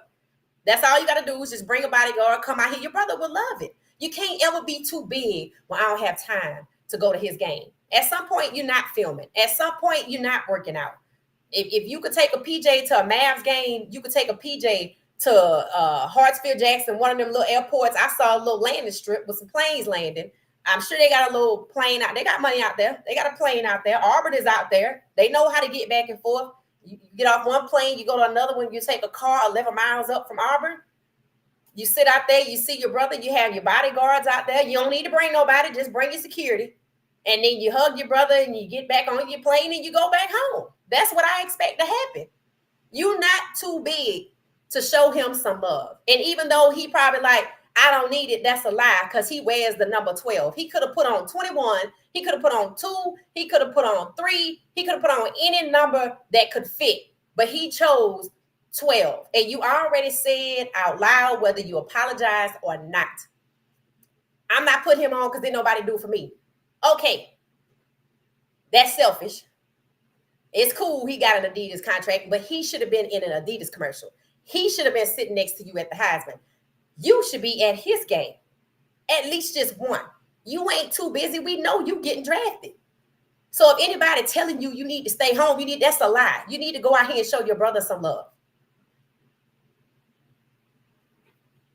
Travis is like that person. He confident. He probably don't even need it. But in his heart, it would make him happy. It would make him happy. You ain't too big. You ain't too big. You ain't even been drafted yet. And we know you getting drafted. So someday I think he gonna see these videos that I put out here. I'm talking directly to him. He like, she right. Yeah, I know I'm right. I know I'm right. And other people not gonna tell him that. That's what happens to these guys. Look at John Moran. John Moran ended up in this situation, and we saw his mama and his daddy. His daddy posted up at every single game, and he still ends up in this situation. And people say it's because these people around them are not going to tell these multi-million-dollar athletes what to do, because it's going to cut off their money train. And that's facts. That's what's happening with the people around Travis. He's not too big to pop up at one of his brother's games. He should be out there, and he don't need to be with nobody else other than his security, because make it about his brother. If you know it's going to be a spectacle, then don't bring the spectacle.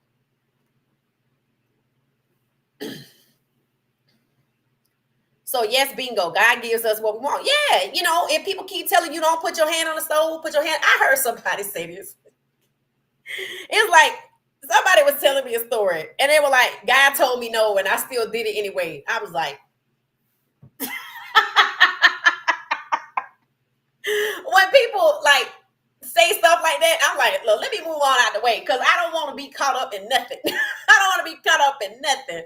So, yeah, you can't play like that. People thinking they God with Shador's career.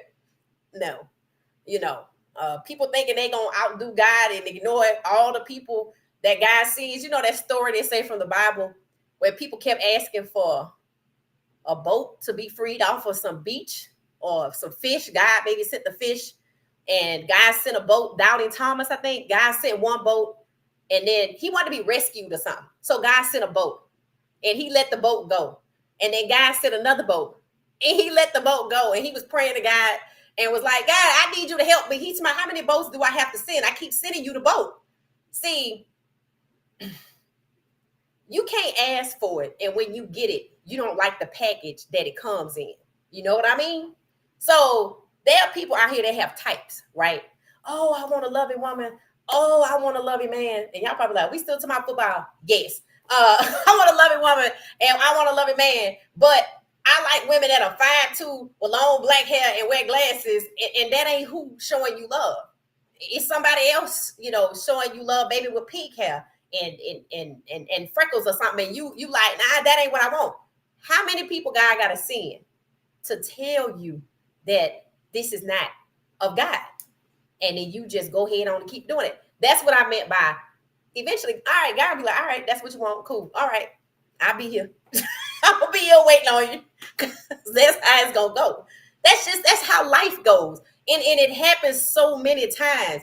And you just going to keep on going through the same process until you get it, because the decision is instrumental in your life. It could actually negatively impact your entire life. People like to compare Travis to the quarterback that was the quarterback at Tennessee. He passed away. So when people were hearing about him, Tennessee or whatever, people get a little afraid because they feel like he gonna end up in one of those situations. And the situation is that the person that he was involved with couldn't let go, even though she knew that he was married, even though she knew he had children.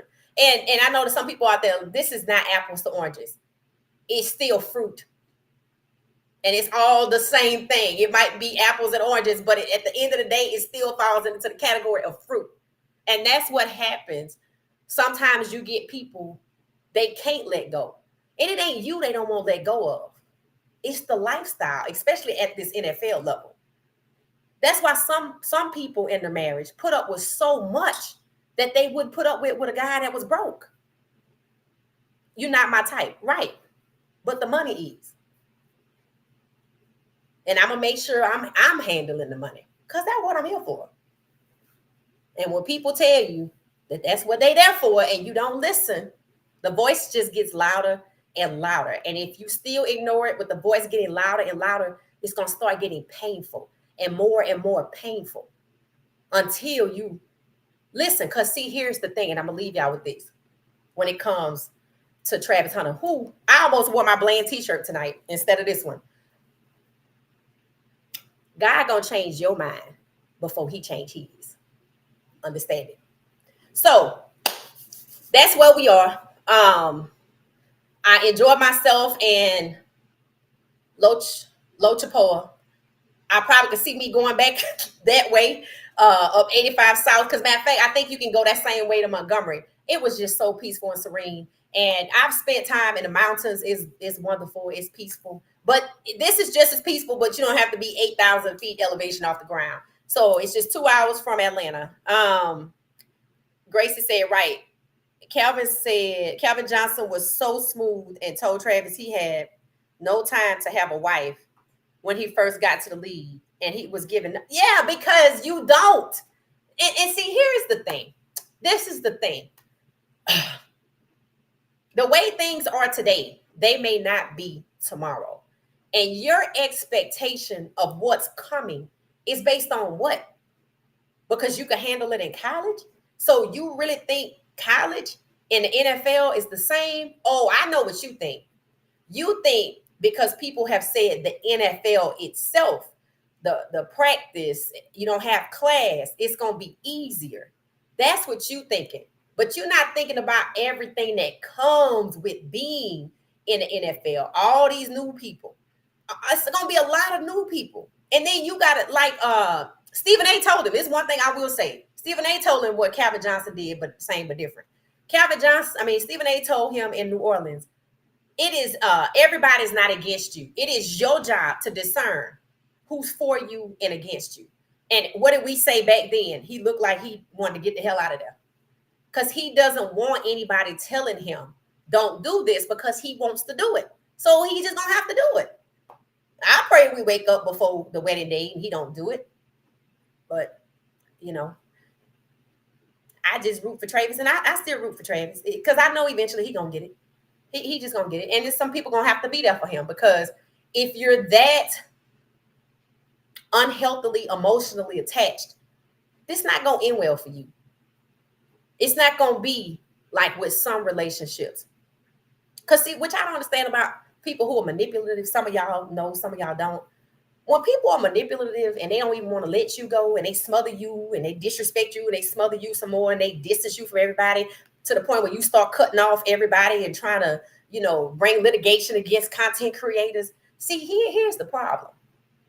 The problem is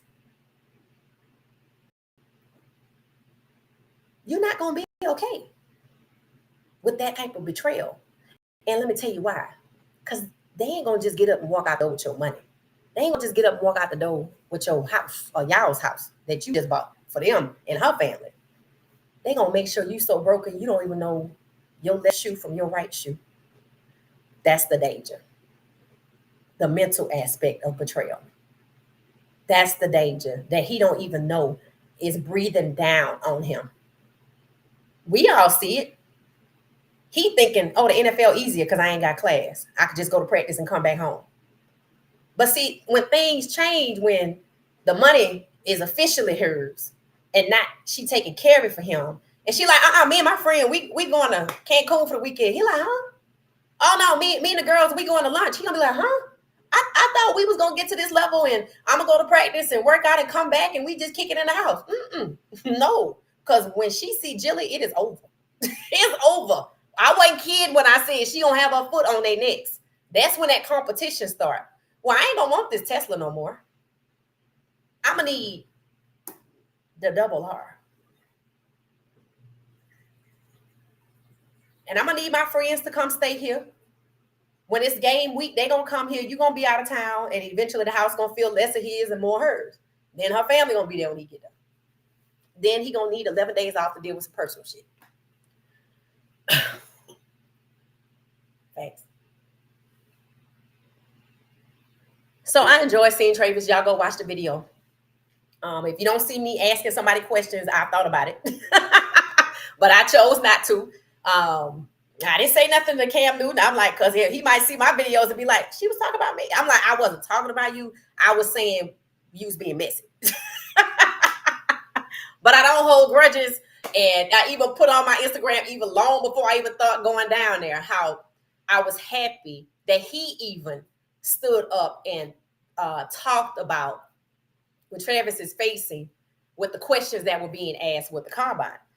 Because I felt like he should have spoken up and said some of the things that Calvin Johnson said, or said some of the things, really what Stephen A said, bro, everybody's not against you. And it's your job to figure out who's for you and who's against you. That's what I expected him to say. And him is Cam long ago, because why? Just like I'm watching Travis play 7-on-7 for Cam Newton's team, I don't know if Travis played for Cam or if he played against Cam, but he was in the same environment, and that's how they know each other. So that, you know, that's that.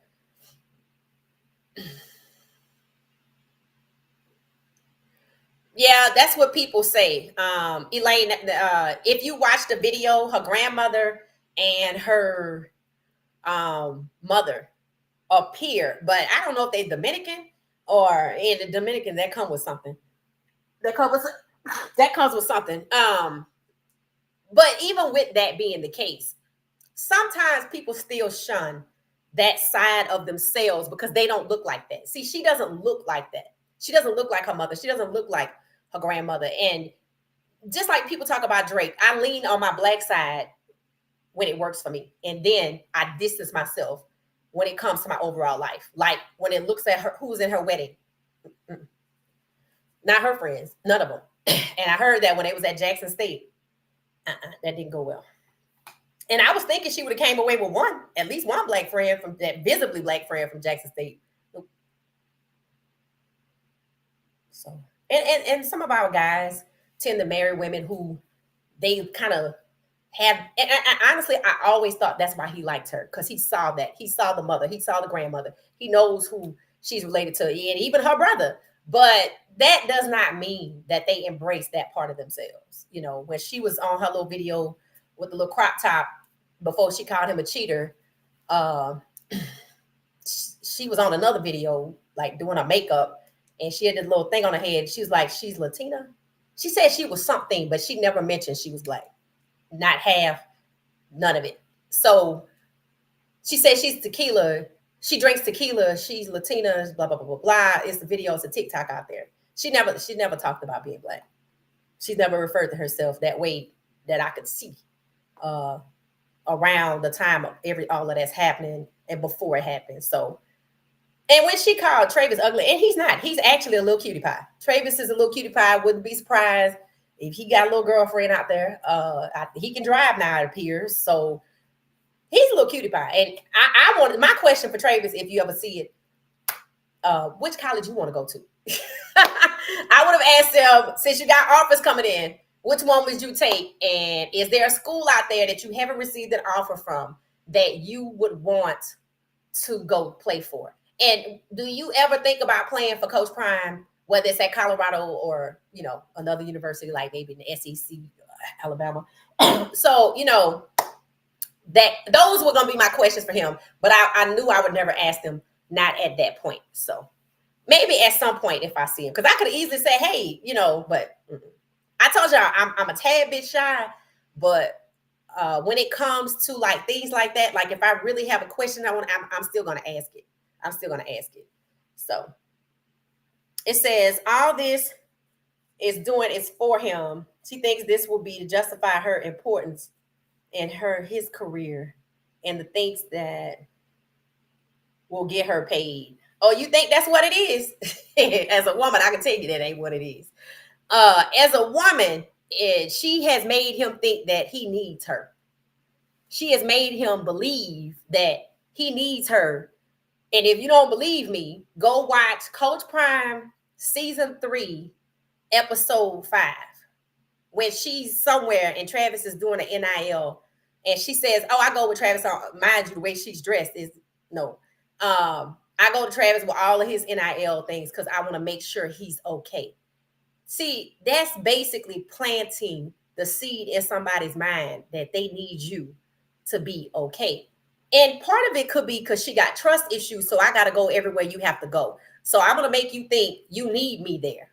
And I told y'all at the Heisman ceremony, her demeanor and her body language was like giving off to somebody watching it at home like us that this is a work trip. And I thought about this the other day because somebody was like, she might be his agent. You know what I said? They might actually have. I did say it. I said, y'all know Dwayne The Rock Johnson used to be married to the woman who's his business partner, Danny Garcia. Remember I talked about that? And I said, I don't know why their marriage didn't work out, but on the business side, they made hell of a lot of money together. That's who she really could be to him. And honestly, I think, when she did a little crop top video and she said, he's a phenomenal person, but he's a cheater. She never said, I love him.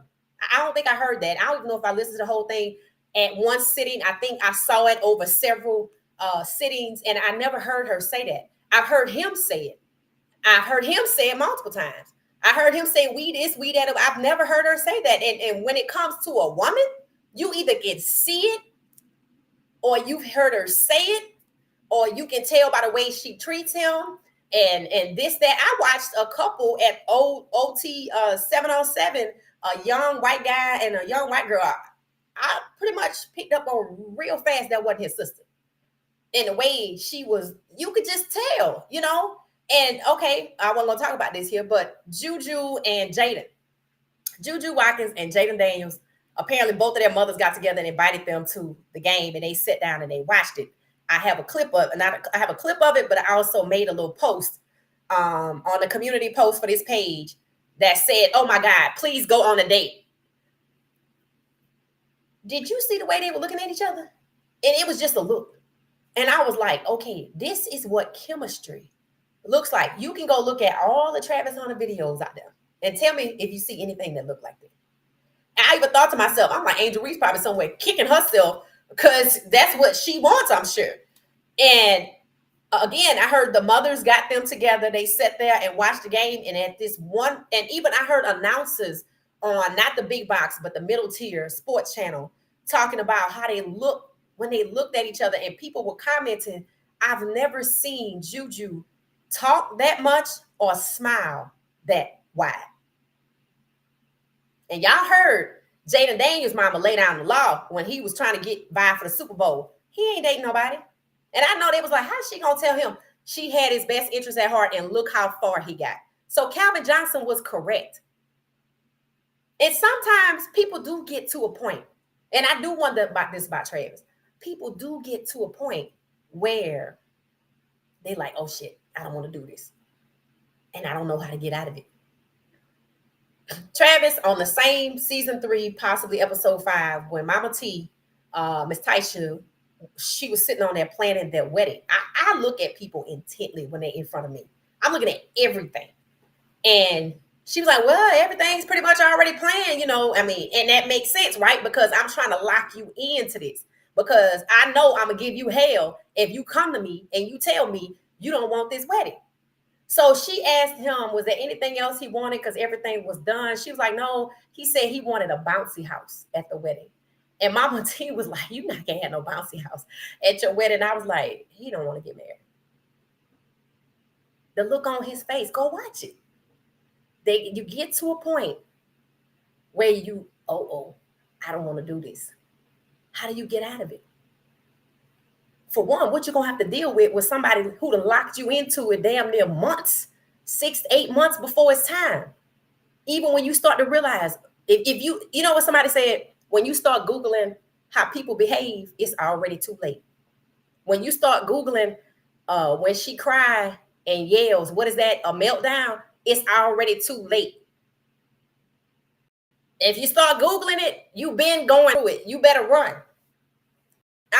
It's possible. It's possible, but how you gonna get out of it? He gonna have to call Coach Prime. He gonna have to call Shador. He gonna have to call security.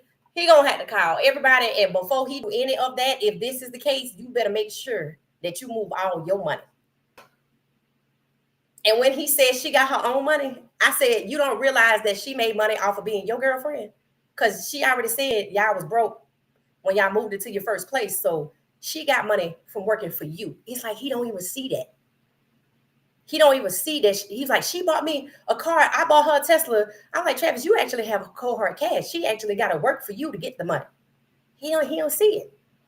But if he could be at the point where he's wanting to backpedal, whether it's cold feet or oh shit, because sometimes it does happen. Sometimes we so busy in there, some just smack you in the face, and you like, oh shit, what do I do? Because you feel like, you holding all of this up here, and then you want to sit it down slowly. You don't want it to just fall, but then as you try to sit it down, somebody gonna want to box you out, because that's gonna be a problem. If you think what happened on that field was a problem, unless you offering $1 million cold hard cash to say goodbye, and when they know it's 40 possibly coming, they ain't gonna want that million the closer you get to it. Oh, now, I'm gonna need the last name. I'm gonna need this, because see, it's not even about what they losing.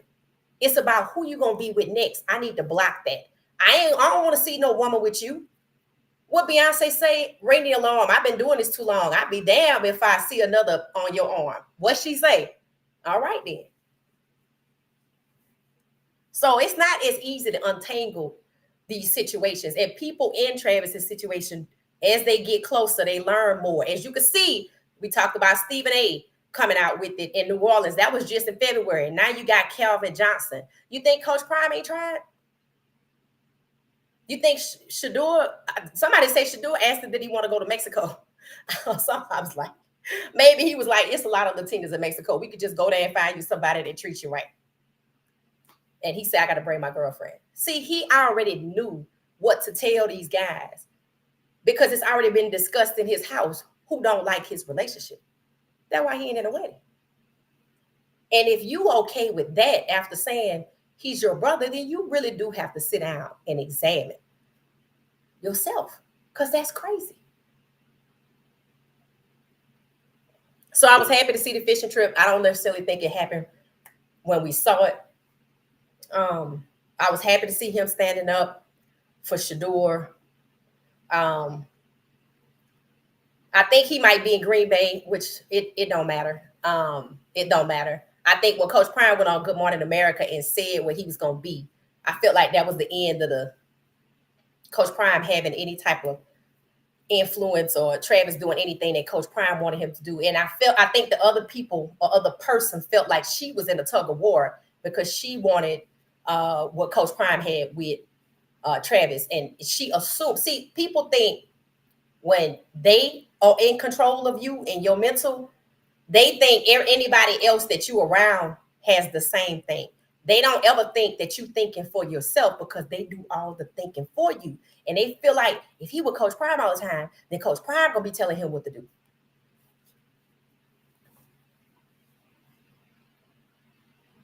So if he is at the point, oh shit, it's gonna be a process either way. So here's what you got to ask yourself. It's better to go head on and try to dissolve that situation right now before the legality kicks in. Because see, it's gonna get way more expensive. Xavier Worthy. Imagine if Xavier Worthy had gotten married rather than engaged. Whoo, that would be a hot mess. Then he probably would have flashed out and been in jail for the right reason, because then he would be like, it just ain't just about my last name. Marriage is a legal contract, which means what you have, if you don't have a prenup that protects what you had when you got there, then he had married this woman and they were married for 2 months. And then he found out what he found out with a PI, a private eye, or a camera in his house. And then they get a divorce and a judge say, well, you signed your contract after y'all got married and your $40 million contract in this state is community property. So she gets 20 and you get 20. And I want you to sell the marital estate. You divvy up the money and any damn thing else you got since you've been together. All of these Stephen A., Calvin Johnson, and people we don't even know about coming to him. These are warnings. These are messages. If God didn't want him to say it, they would have never said it. They would have never even got that close to him. And see, that's just it. He surrounds him. Look at who he surrounds himself with. The people that the young man on the other podcast talks about, that was also the same one that said, who just happened to be in that position. Her brother, who just happened to be benefiting from the position. People, maybe like his cameraman, who not going to say nothing, but he probably watching him intently because he don't want nothing to happen to him. But he's seen how he cut other people off. And not that he's benefiting financially because he could be wealthy. It could be because, well, if I say something, then I can't be here to protect him. See, sometimes you got to look at people's behavior. You know, am I staying close to him because I want to benefit from him financially? Or am I staying close to him because I can see that this is going to go down and he ain't going to have nobody. So I want to be here for him, but I ain't going to say nothing. You got to look at it. You just got to look at it. So, but thank you for sharing that, Queen T. All right, y'all, we're going to get out of here. The cameraman is a yes man. Oh, okay. See, then y'all telling me stuff I didn't know. See, I didn't know that. I didn't know that. I know he's young. That's all I know is that he's young. So I figured he was probably telling his family and his mom, like, look, just stay close by in case something happened. That's what I'm thinking, but I don't know. It says, this is great analysis, but Travis is too far gone. And even if his heart, oh, that Nia? Hey, Nia, you still there? Okay. He's gone. Even if his heart, he is feeling shaky. This kid would never admit it because he does not want to admit that he messed up with this girl. I agree with that. I agree with that. I agree with that. But you see how people keep coming and people keep coming? The voice is going to get louder and then the pain going to start. And then eventually the pain could get so bad that you on your knees yelling out for relief and deliverance.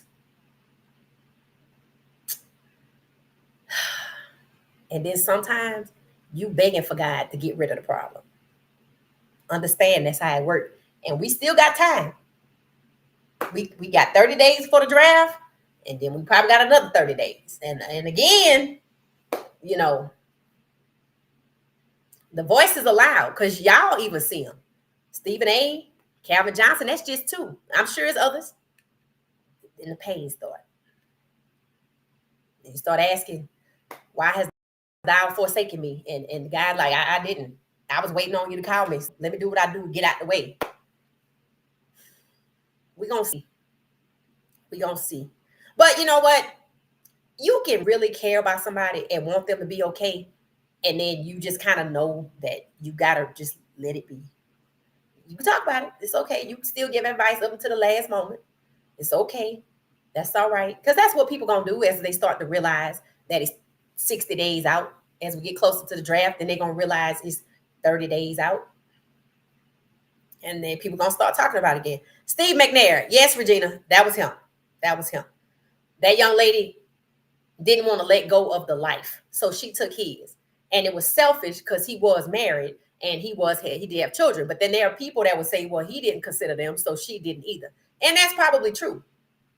But you knew what it was when you signed up for it. Not that he was right either, but you were also wrong. And that was one of those, if I can't have you, nobody else will. I don't want nobody to love me to death. That's what I say. And that's what happened to Steve McNair. And it wasn't love. It was the lifestyle. That's why these guys got to be careful. Calvin John, I'm gonna go watch it. I didn't know about it, but I'm gonna go watch it. But yep, I almost put on my Bland t-shirt tonight.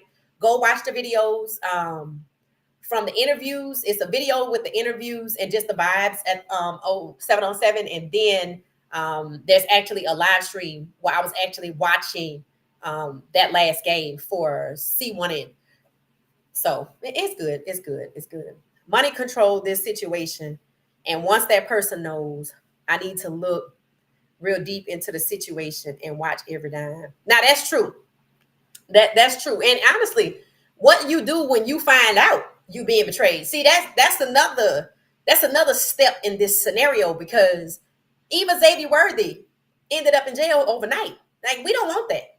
We don't want that. People like to say that Kansas City Chiefs take care of the criminal players, but he wasn't a criminal, right? Right? So we don't even want that. Steve McNair, that was sad. That was very sad.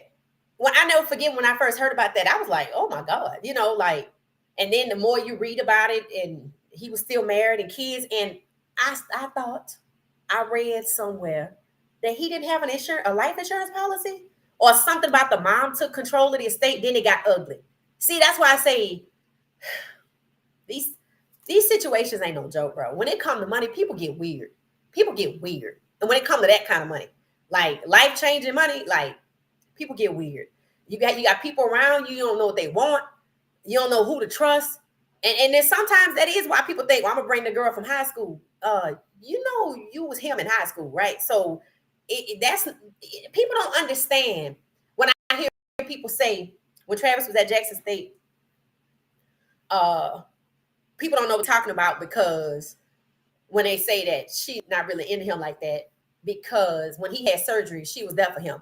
I'm like, did you think she was going to leave him there and let one of these young, beautiful Black women carry his books while he used crutches? No. He couldn't even stay after school, after class. He couldn't. He had to come right back because he had a hot meal. I did a whole video about it. I said that hot meal was to make sure you get right here. Just like me setting up your NIL deals. I know you can't lollygag afterwards. You can't go hang out with nobody because it ends at 4:30. So I'm gonna need you to be here at 4:45. And if you tell me you hanging out, I'm gonna have a meltdown. That is how the control works in that situation. So that's why I don't have no life.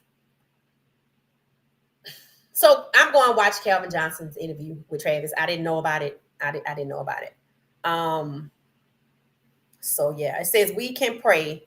God will not override a person's free will. I mean, yeah. I told you, God gonna give you what you want. Sometimes. Denzel Washington said that he felt like, and prime example, that's true. Remember when Denzel went to Colorado via Zoom and he appeared before them, and he talked about when he was in high school at a private school, what they were doing in the bathroom? Do y'all remember that? And he said they were doing something they had no business. And somebody came in, and that somebody coming in was supposed to be like God's grace, like, okay, don't do it. But then when the person left, they did it anyway. And he talked about how if it was 4 guys, one just was released after serving 40 years and the other 2 were deceased. And he talked about how he felt like God was like, no, not this one. I'm not going to let you get this one. They all did the same thing, but he felt like he was spared. So, where does that fall into free will? That's what I'm saying. I mean, yeah, I agree. But eventually God does give you what you want. But eventually you do start falling down on your knees and praying and crying out, not praying out, crying out for it, for relief or deliverance or whatever. And that's when God show up. So we didn't hear that part from Denzel, but chances are when it came time for them to all go down, maybe he was the one that cried out. So maybe that's it. Not from what I heard, Lisa. No, I think it's a joint account. He was at the point where he's young. He thinking this is forever. He's thinking the intent is love. He don't know what love look like, so he's not aware that that's not what it is. He's not considering the possibilities of foul intentions. He's not looking at his self-worth of I've been him since high school. His mama said that for the Heisman. And I was like, how he don't know? But Trace does. So I don't know. Siblings are different. Sometimes the older one doesn't have the confidence that the younger one have. Sometimes kids are treated different. Sometimes they're the same, and one person internalizes things. All I know is they still hope. And I said my prayer the other day. I'm gonna say it one more time. My prayer, this is probably the third time I've said it on camera. I pray God gives eyes Travis to see his truth. I pray God gives Travis eyes to see his truth, the ears to hear his voice. In Jesus' name, amen. What that means when you say that is that you asking God to show you what he can see, which is the heart of a man or a woman. You can't see the heart of a man or a woman, but God can. You can't hear the things that are being said about you, but God can. So that's what that prayer is for. So that's what I hope. And I'm not gonna cry if it don't happen. I'm just, that's what you're supposed to do. That's what you're supposed to do. And sometimes when you pray for people, God gonna use you. So when you pray for people, understand He might use you in the prayer. And the prayer, it could be this video. It could be the video. It could be any one of these videos that I've said this before, because I know I have. This got to be the third time I pray, and that's really how I feel in my heart. So yes, Steve McNair, that was sad. All right, y'all, we're gonna get out of here. This was a good one. Oh, let's end on a good note. So some of you did not see the image that I started with. I'm gonna put it up again because you know how kids get the name Little Stink Stink. This is how kids get the name Little Stink Stink, because they so cute. They so stinking cute that you want to just like pinch their little cheeks. So y'all know that this is Coach Prime's. This is Coach Prime's grandbaby, and I saw this photo. I started the podcast with it. It was just joyous, and it just makes me smile because he's so cute. And what I talked about was how he reminds me of his personality is starting to come out, and he's given Shiloh something about him. Is Shiloh, and we talked about how talented and gifted that Shiloh is. So this is a photo that I just really like, and I hope y'all enjoy it because I feel like it's one of those that just kind of brings joy. So we're gonna end the podcast for today on that good note as well. So let me know your thoughts. If you see the poll that I put out there, let's see if it's changed about Shador. And thank you, Elaine. That was Elaine's suggestion. Let's see if the poll has changed. All right. Yep, we got some more votes. Okay, so right now, so it is different. It is different.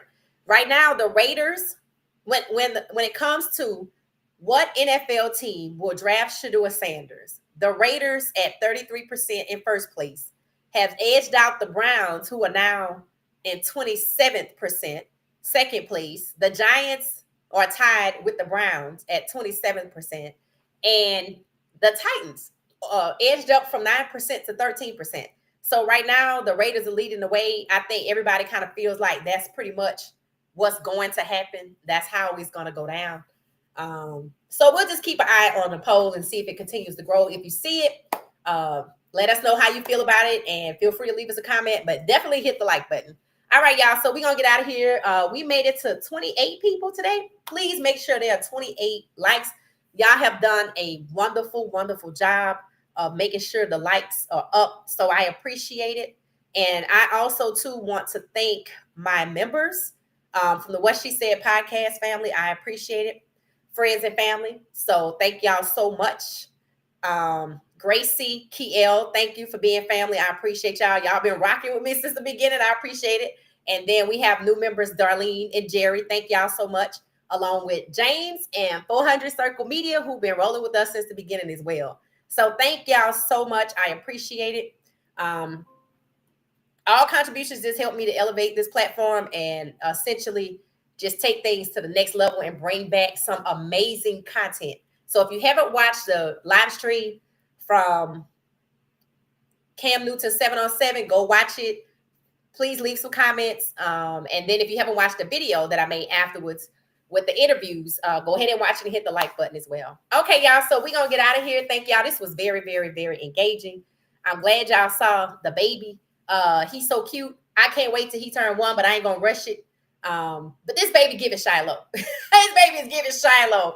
So it'll be interesting to see them two together. And I'm sure we'll see him in Boulder pretty soon, because he'll be 1. So we know somewhere around football season, he'll be turning 1 and we'll see him up there. All right, y'all. I'm going to say good night. Thank y'all so much. Thank you, thank you, thank you. And I'll be back tomorrow, 9 p.m. Eastern Standard Time. Thanks for watching What She Said. Thank y'all. All right, I'm going to play my outro song. It's the same thing as intro song, but we just don't go on and play it. We're going to say good night.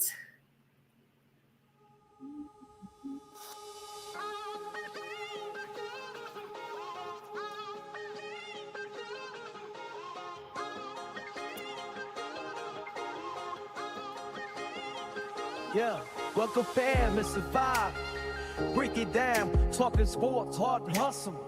Wear the crown, subscribe to the journey. Don't sleep on the grind. Hit the like button, come on, don't be blind.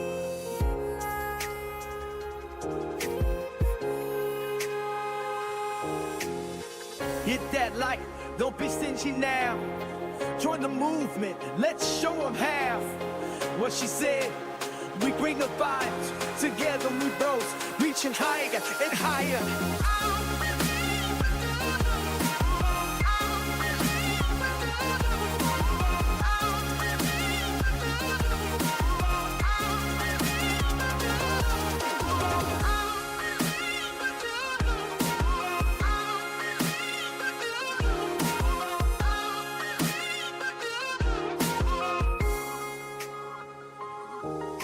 From hoops to the griddle, we cover it all. Champions rise and together we never fall. Join the fam, we celebrate every win. What she said, let's meet where the passion begins. Hit that like, don't be stingy now. Join the movement, let's show them how. What she said, we bring the vibes, together we rose, reaching higher and higher.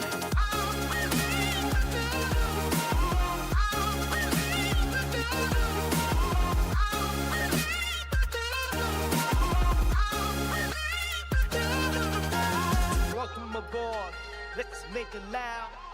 What she said, with her eyes on the crowd.